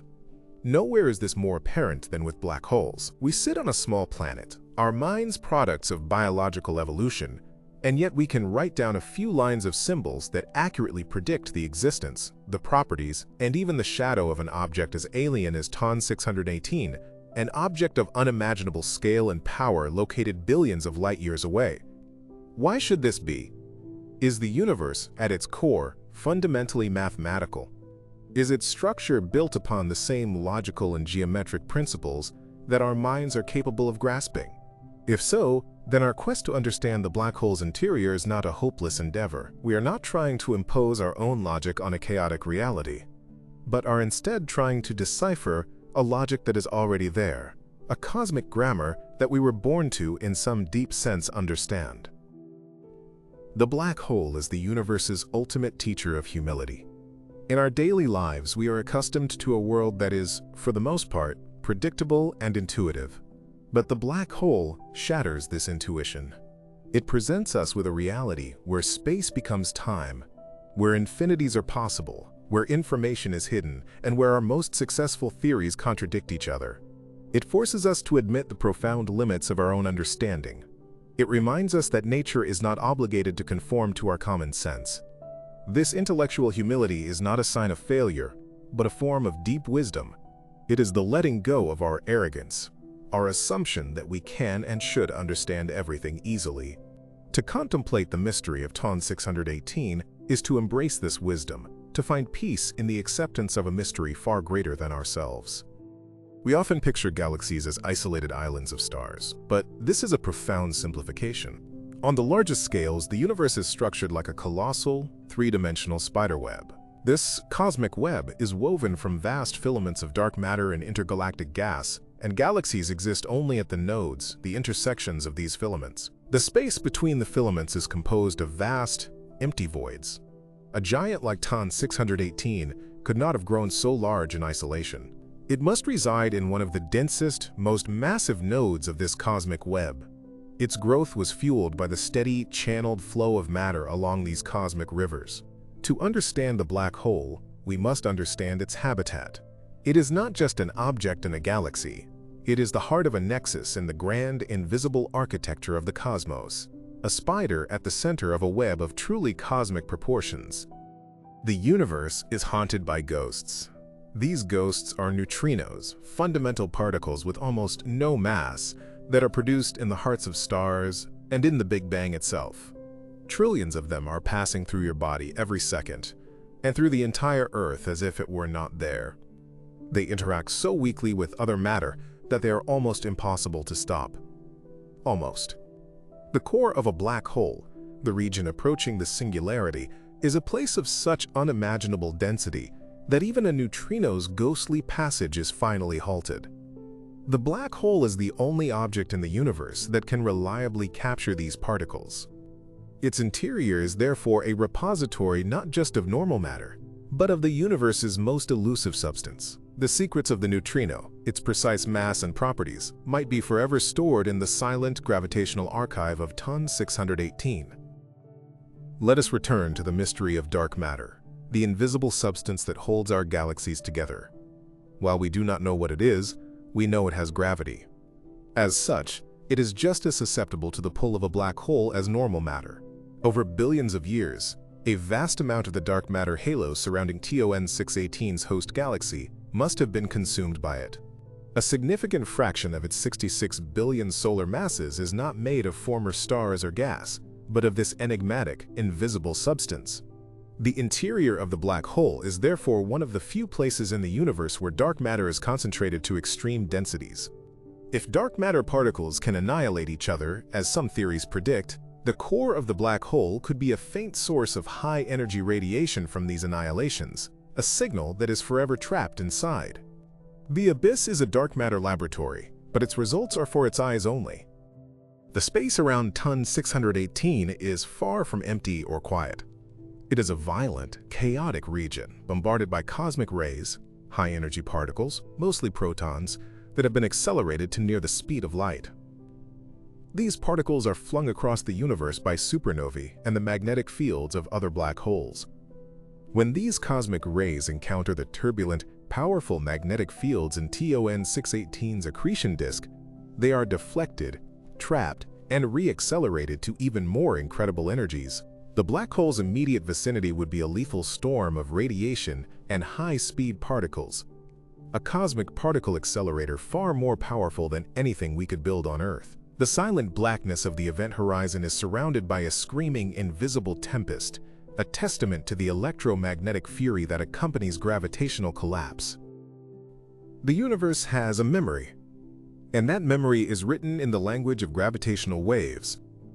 Unlike light, which can be absorbed, scattered, and blocked, gravitational waves travel through the cosmos almost completely unimpeded. They are a pure record of the gravitational events that created them. The faint, stochastic background of these waves that permeates all of space is a collective hum, a cosmic symphony containing the sounds of every black hole merger, every neutron-star collision, and perhaps even the vibrations of the Big Bang itself. Ton 618 is a silent contributor to this background for now, but its future merger with another giant will be a dominant, deep bass note in this cosmic song, a verse that will echo through the universe for all time. To listen to this background is to listen to the autobiography of the cosmos, written in the ripples of space-time. We have spoken of the interior of Ton 618, but what of its exterior influence? An object of such immense mass exerts a gravitational dominance that extends far beyond its host galaxy. It is the anchor of its entire galactic cluster, the quiet monarch around which hundreds of other galaxies orbit. Its influence shapes the paths of stars and gas clouds millions of light-years away. This is a form of action at a distance that is deeply profound. The black hole does not need to touch or consume these distant galaxies to control their destiny. Its presence is felt through the invisible, silent, and instantaneous curvature of space-time. It is a reminder that everything in the universe is connected by this gravitational web, and that the largest objects are the masters of this connection, their silent will imposed across unimaginable cosmic distances. The concept of time itself becomes deeply ambiguous in the vicinity of ton 618. For a photon in its accretion disk, traveling at near light speed, time barely passes. For an observer falling past the event horizon, their personal time ends in a matter of hours. For a distant observer, the black hole's evaporation will take a Google of years. Which of these is the true passage of time? General relativity teaches us that there is no absolute, universal clock. Time is local, personal, and elastic. The black hole is the ultimate demonstration of this principle. It is a place where every possible timescale, from the instantaneous to the near-eternal, coexists. To contemplate ton 618 is to let go of our rigid, linear conception of time, and to embrace a more fluid, democratic, and mysterious reality where every observer's clock tells a different but equally valid story. Let us consider the finality of the black hole. In a universe governed by cycles of birth, growth, and decay, the black hole represents a kind of absolute end state for matter. A star shines for millions or billions of years, then explodes, its elements seeding new stars. But matter that falls into a black hole is removed from these cosmic cycles, at least until the far, far future of Hawking radiation. It is a one-way journey to a state of maximum entropy and simplicity. This finality can be seen as terrifying, but it can also be seen as a form of peace. It is the end of striving, the end of change, the end of complexity. It is a return to a state of pure, gravitational being. The interior of ton 618 is the universe's ultimate expression of rest, a place where the turbulent story of matter finally comes to a quiet and very long pause. The information paradox forces us to choose between our two most fundamental theories. If information is lost, then quantum mechanics, in its current form, is wrong. If information is preserved, then our understanding of space-time from general relativity, with its smooth event horizon and destructive singularity, must be wrong. This is a profound and beautiful dilemma. It means we are on the cusp of a revolution. The study of black holes is not a niche academic pursuit. It is the front line in the battle for the soul of physics. The answer to what lies inside ton 618 will not just be a new detail in our catalog of the cosmos. It will be the key that unlocks the next chapter in our understanding of reality itself. It will force us to abandon at least one of our most cherished ideas, and to embrace a new, and likely far stranger, truth. Let us contemplate the black hole as a perfect fluid. Some theories suggest that the quark-gluon plasma, and perhaps even the quantum state of space-time at the singularity, behaves as a perfect fluid, a fluid with the lowest possible viscosity, or resistance to flow. This state has been recreated for microseconds in our particle accelerators, and it flows with an elegance and efficiency that defies classical intuition. If the heart of ton 618 is a vast ocean of this perfect fluid, it would be a place of supreme hydrodynamic grace. The chaos of infalling matter would be seamlessly absorbed into this perfectly flowing medium. The interior of the black hole would not be a static, crushed point, but a dynamic, churning, yet perfectly efficient cosmic ocean. The ultimate violence of gravitational collapse would give way to the ultimate elegance of fluid dynamics. The search for a theory of quantum gravity is often guided by the principle of elegance or beauty. Physicists believe that the ultimate theory, the one that describes the interior of ton 618, will not be ugly, complicated, or arbitrary. It will be simple, powerful, and beautiful.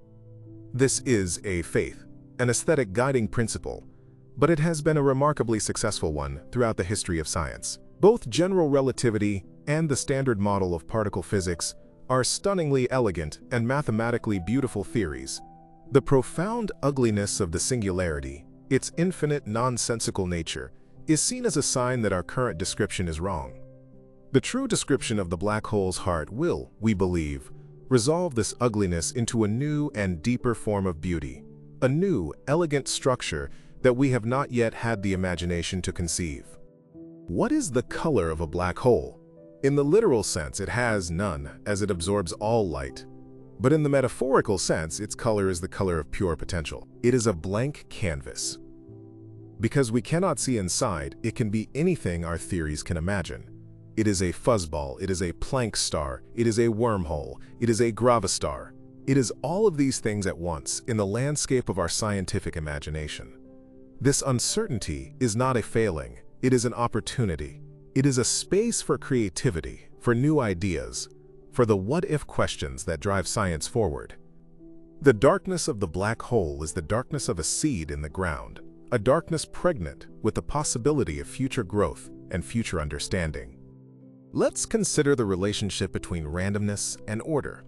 A black hole is, on the one hand, the most ordered object imaginable, its exterior described by just 3 numbers. On the other hand, it is the most disordered, containing the maximum possible entropy for its size. This paradox is at the heart of its nature. It is an object that perfectly balances a simple, predictable exterior with a maximally chaotic, unpredictable interior. It teaches us that order and chaos are not opposites but 2 sides of the same coin. The universe is not a struggle between these 2 forces, but a system that elegantly contains both. The placid simple surface of Ton 618 is the calm face of a chaotic God, a perfect union of simplicity and complexity. The concept of a last stable orbit is a crucial feature around a black hole. For any massive object, you can orbit it at any distance, but for a black hole, there is a point of no return for stable orbits. Inside this boundary, no stable circular orbit is possible. Any object must either fire its rockets to escape or begin an inexorable spiral into the event horizon. This boundary is a place of profound gravitational decision. It is the final cosmic off-ramp. To cross it is to commit to the journey inward. For Ton 618, this last stable orbit is a vast region, a cosmic Rubicon billions of kilometers in diameter. The space between this orbit and the event horizon is a one-way river, a final, gentle slide into the heart of the mystery. The black hole is a natural philosopher. It forces us to confront the most fundamental questions about our reality. What is space? What is time? What is information? What is causality? These are not questions that can be answered by a single experiment. They are questions that require a synthesis of our deepest scientific knowledge and our most profound philosophical reasoning. The black hole does not give us the answers, but it clarifies the questions with an unmatched, terrifying precision. It is the ultimate Socratic inquisitor, its silent presence cross-examining all of our assumptions about the nature of existence. To study the black hole is to engage in the oldest and most important human quest. The quest to understand. We now approach the absolute limit of physical reality, the Planck scale. This is not just a very small size, but the scale at which our concepts of space and time cease to have meaning. A Planck length is the shortest possible distance. A Planck time is the shortest possible interval. Below this scale, the universe is believed to be a quantum foam, a chaotic sea of probabilities. The singularity of a classical black hole is a point of 0 size, which would violate this fundamental limit. This is the strongest argument that classical singularities cannot exist. Quantum gravity must intervene. What lies at the heart of Ton 618 is what happens when 66 billion suns worth of matter is compressed to the fundamental pixel size of reality itself. It is a place where the smooth fabric of space-time dissolves into its constituent quantum threads. The speed of light, c, is the universe's ultimate speed limit, the highest velocity at which information can travel. The event horizon of a black hole is the place where the escape velocity equals this cosmic speed limit. This is not a coincidence. It is a deep connection between the laws of motion and the structure of gravity. The event horizon is a surface defined by light itself. It is the boundary between the part of the universe that can send light signals to us and the part that cannot. To be inside the event horizon is to be in a place where the currents of space-time are flowing inward faster than the speed of light, a cosmic waterfall from which not even the fastest swimmer can escape.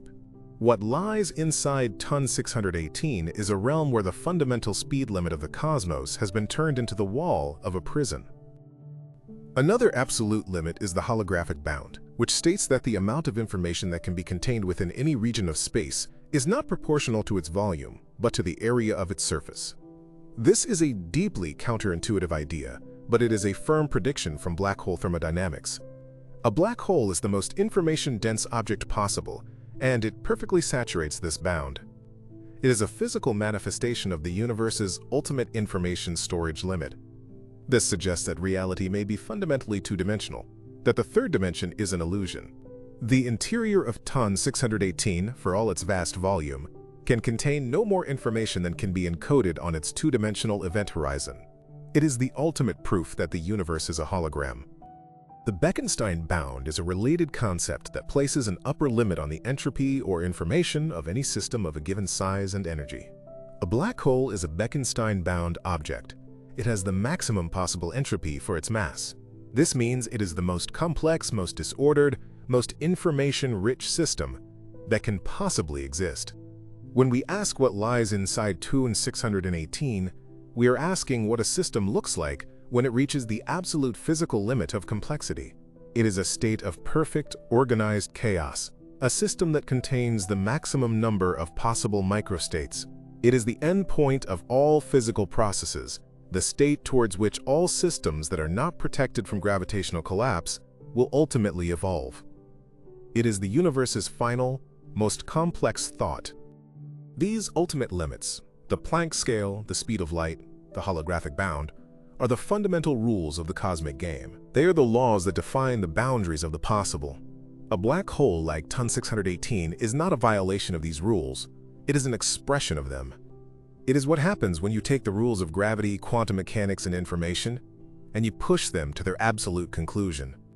The black hole is a creature of the limits. It lives at the edge of space-time, at the edge of causality, at the edge of knowledge. To contemplate it is to skate along the very edge of reality, to peer into the abyss where our laws of physics are both perfectly expressed and, in the singularity, ultimately broken. It is the most beautiful and terrifying consequence of the universe's elegant rulebook. Having journeyed to the furthest limits of cosmic reality, let us gently begin the return journey, back to the human scale. How does this knowledge of distant, unimaginable objects affect us, here on our small, blue planet? It provides context. It frames our lives against a backdrop of such immense scale and age that our own problems, our own triumphs and tragedies, are seen in a new light. They do not become insignificant, but they become part of a much larger, grander story. The anxiety of a single lifetime can be soothed by the quiet, patient timescale of a black hole's existence. The awe inspired by the cosmos is a powerful form of therapy, a recalibration of the soul, a reminder that we are part of something indescribably vast and wonderful. The black hole can be seen as a metaphor for the unconscious mind. It is a vast, mysterious inner world whose contents are hidden from our direct view, but whose gravitational influence shapes our conscious thoughts and behaviors. Just as we use the theories of physics to probe the black hole's interior, we use the tools of introspection, of dreams, of meditation, to probe our own inner depths. The goal is not to eliminate the mystery, but to understand its influence, to integrate its lessons. The journey into the heart of TON 618 is a parallel journey into the heart of the self. Both are quests for understanding, for integration, for a sense of wholeness in the face of a profound and powerful unknown. The silence of the black hole's interior finds an echo in the silence of deep meditation. In moments of profound stillness, the chattering of the conscious mind subsides, and we can touch a deeper level of being, a place of quiet, spacious awareness. This inner silence, like the black hole's, is not an emptiness but a fullness, a state of pure potential. The external journey to the cosmic abyss can guide us on an internal journey to this place of peace. By filling the mind with the vast, quiet concepts of cosmology, we can crowd out the smaller, more agitated thoughts, and what is left is a state of expansive calm. The black hole becomes an anchor, a focal point for a meditation on the quiet, eternal nature of being. The gravitational pull of TON 618, reaching across billions of light-years, is a physical connection between us and it. But there is another connection, the connection of curiosity. The human drive to know, to understand, is a force as powerful as any in nature. It is this force that has built telescopes, devised theories, and propelled our minds across the void to the edge of this cosmic monster. This force of curiosity unites every human who has ever looked up at the night sky and wondered. We are connected to each other and to the cosmos by this shared, noble impulse. The mystery of the black hole is not a source of fear, but a catalyst for the very best part of our human nature, our boundless desire to explore and to understand. Let us find beauty in the incompleteness of our knowledge. A finished map is a tool, but a partially finished map is an invitation to adventure.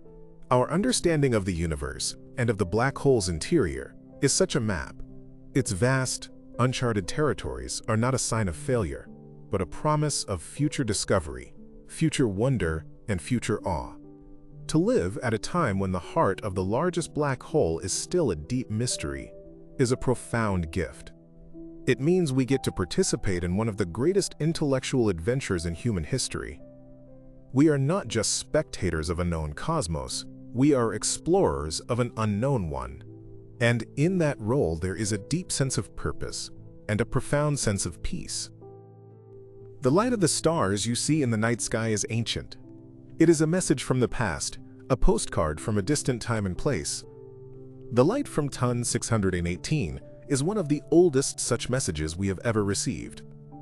It began its journey when the universe was young, and life on Earth was still billions of years in the future. To see this light is to be a time traveler, looking back into a past so deep it is almost unimaginable.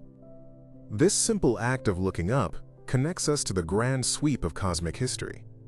It reminds us that we are the inheritors of a very long story, a story of cosmic evolution, of stellar birth and death, a story whose grandest and most mysterious chapters are written in the light of distant quasars and the darkness of the black holes that power them.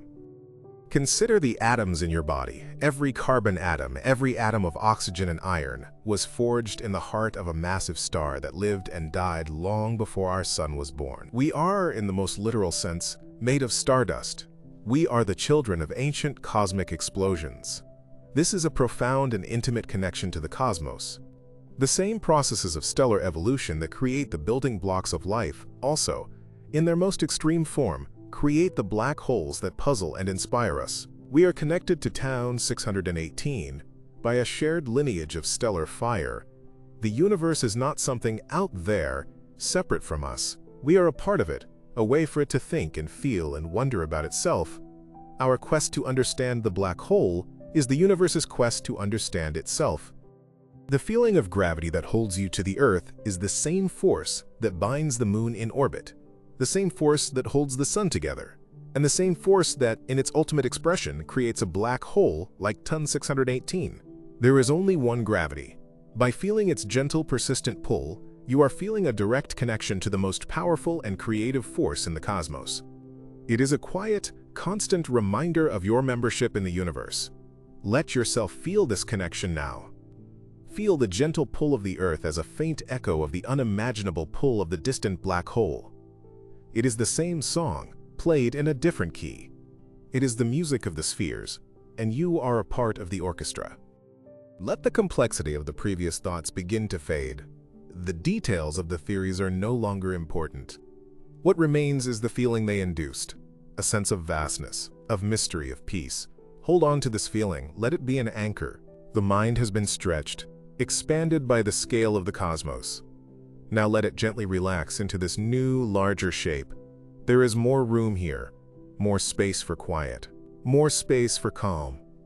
The intellectual journey was a pathway to an emotional state, a state of profound and restful tranquility. You have traveled far, and now you have arrived at a place of stillness. The darkness behind your closed eyes is now your universe. Let it be as vast and as peaceful as the space between the stars. Imagine that space. It is not empty. It is pregnant with possibility. It is the quiet womb from which all things are born. Allow your thoughts, if they arise, to be like distant, twinkling stars. Do not focus on them. Do not travel to them. Simply observe them from a great and peaceful distance. They are small and faint in the vast, quiet darkness of your own inner space. Let them be. Let them twinkle. And let them, in their own time, fade into the peaceful, silent void. Every breath you take is a connection to the world around you, a gentle rhythm like the slow orbits of the planets. Breathe in and feel the calm energy of the cosmos entering your body. Breathe out and release all tension, all striving, all thought, into the vastness. With each breath, you become more deeply settled. With each breath, the pull of the world lessens, and the peaceful gravity of your own quiet center grows stronger. There is nothing to do. There is nowhere to go. There is only this breath, this moment, this quiet cosmic peace. You are safe. You are at rest. You are a part of the universe, and the universe is at peace. The great black hole Ton 618 is a distant thought now, a faint echo. Its immense gravity has served its purpose, pulling your mind away from the noise and into a state of deep quiet. Its mystery has opened your mind to a sense of wonder that soothes the soul. Now you can let it go. Release the image. Release the concepts. All that is left is the feeling it has bestowed upon you, a feeling of expansive, effortless, and profound calm. You are floating now, not in space, but in a state of perfect tranquility. You are weightless. You are at peace. The silence is now complete. The journey is over. The voice that has guided you will soon fade, leaving you in the care of this deep and profound stillness. This stillness is your true nature. It is the canvas upon which all the thoughts and experiences of your life are painted. By returning to it, you are returning home. Rest here. There are no more questions. There are no more answers. There is only the simple, beautiful, and peaceful fact of your own being, at rest in a quiet universe. The darkness is a comforting blanket. The silence is a gentle song. The stillness is a soft embrace. Let go of the final thread of wakefulness. Allow yourself to drift into the deep, restorative ocean of sleep. The universe will continue its silent, majestic dance while you rest. The stars will shine, the galaxies will spin, and the great black holes will keep their ancient secrets. All is well. All is as it should be. Rest. Sleep. Peace. Let the last remnants of thought dissolve like mist in the morning sun. There is only the gentle sensation of your own breathing, a quiet rhythm in the vast silence. Your body is heavy and relaxed. Your mind is quiet and clear. You are sinking now, deeper and deeper, into a state of perfect rest. The world of thought and effort is a distant shore. You are drifting on a calm, dark sea of tranquility. Let the waves of sleep wash over you, gently, peacefully, completely. Deeper and deeper. The quiet of the cosmos is now your own quiet. The vastness of space is the vastness of your own peaceful mind. There are no boundaries, there is no separation. There is only one single unified field of peaceful resting awareness. You are not just in the universe. You are the universe, experiencing a moment of perfect, untroubled rest. Sleep now. A deep, healing, and dreamless sleep awaits you. The journey inward concludes. From the edge of the largest black hole to the center of your own quiet mind, the path has led to this moment of absolute peace. Let this peace be your companion through the night. Let it restore your body and refresh your spirit. You are held by the gentle gravity of sleep, a force as natural and as powerful as any in the cosmos. Surrender to it. Trust it. It will carry you safely until the morning light. Rest well. The final whisper of the cosmos fades. All that remains is the profound and beautiful silence of your own being. This silence is a source of infinite strength and infinite peace. It is always here, waiting for you beneath the surface of your thoughts. Tonight, you will rest in this silence, drawing from it all the renewal you need. Let go now. Drift away. The universe is holding you. All is calm, all is quiet. The great cosmic story pauses. The narrator falls silent. The theater of the mind grows dark. The performance is over. All that is left is the audience of one, you, settling into a deep and comfortable rest. The curtain falls on the waking world, and the peaceful, private world of sleep begins. There is nothing more to know, nothing more to hear, only the feeling of letting go, completely and utterly. The darkness is not empty. It is full of peace. The silence is not an absence. It is the presence of rest. Your journey through the stars has led you to this inner sanctuary. It is your own private universe, a place of perfect safety and tranquility. Abide here, rest here, sleep here, deeply and peacefully, until the dawn of a new day.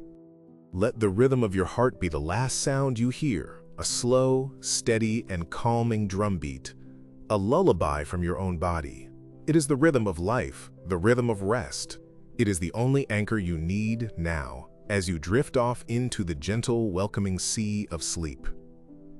Each beat takes you deeper into peace, deeper into stillness, deeper into rest. The mind is a sky, once filled with brilliant constellations of thought and theory. Now, the sky is clear. It is a moonless, starless night, a perfect velvet blackness. This is the state of deep rest, of pure potential, of absolute peace. Remain in this clear, dark sky. It is the state of sleep. It is the state of healing. It is yours. The final barrier is dissolving. The boundary between wakefulness and sleep is fading away, like a distant nebula into the darkness. Step across this gentle threshold. There is only peace here. There is only rest here. Let go of your final hold on the day. The night welcomes you. Sleep welcomes you. Peace be with you. You are now asleep. The journey has fulfilled its purpose. The words on the cosmic wind have carried you to the shores of slumber. The great mystery of the universe will wait. For now there is only the simple, profound, and healing mystery of your own deep rest. Sleep well, and dream of silent, starry nights.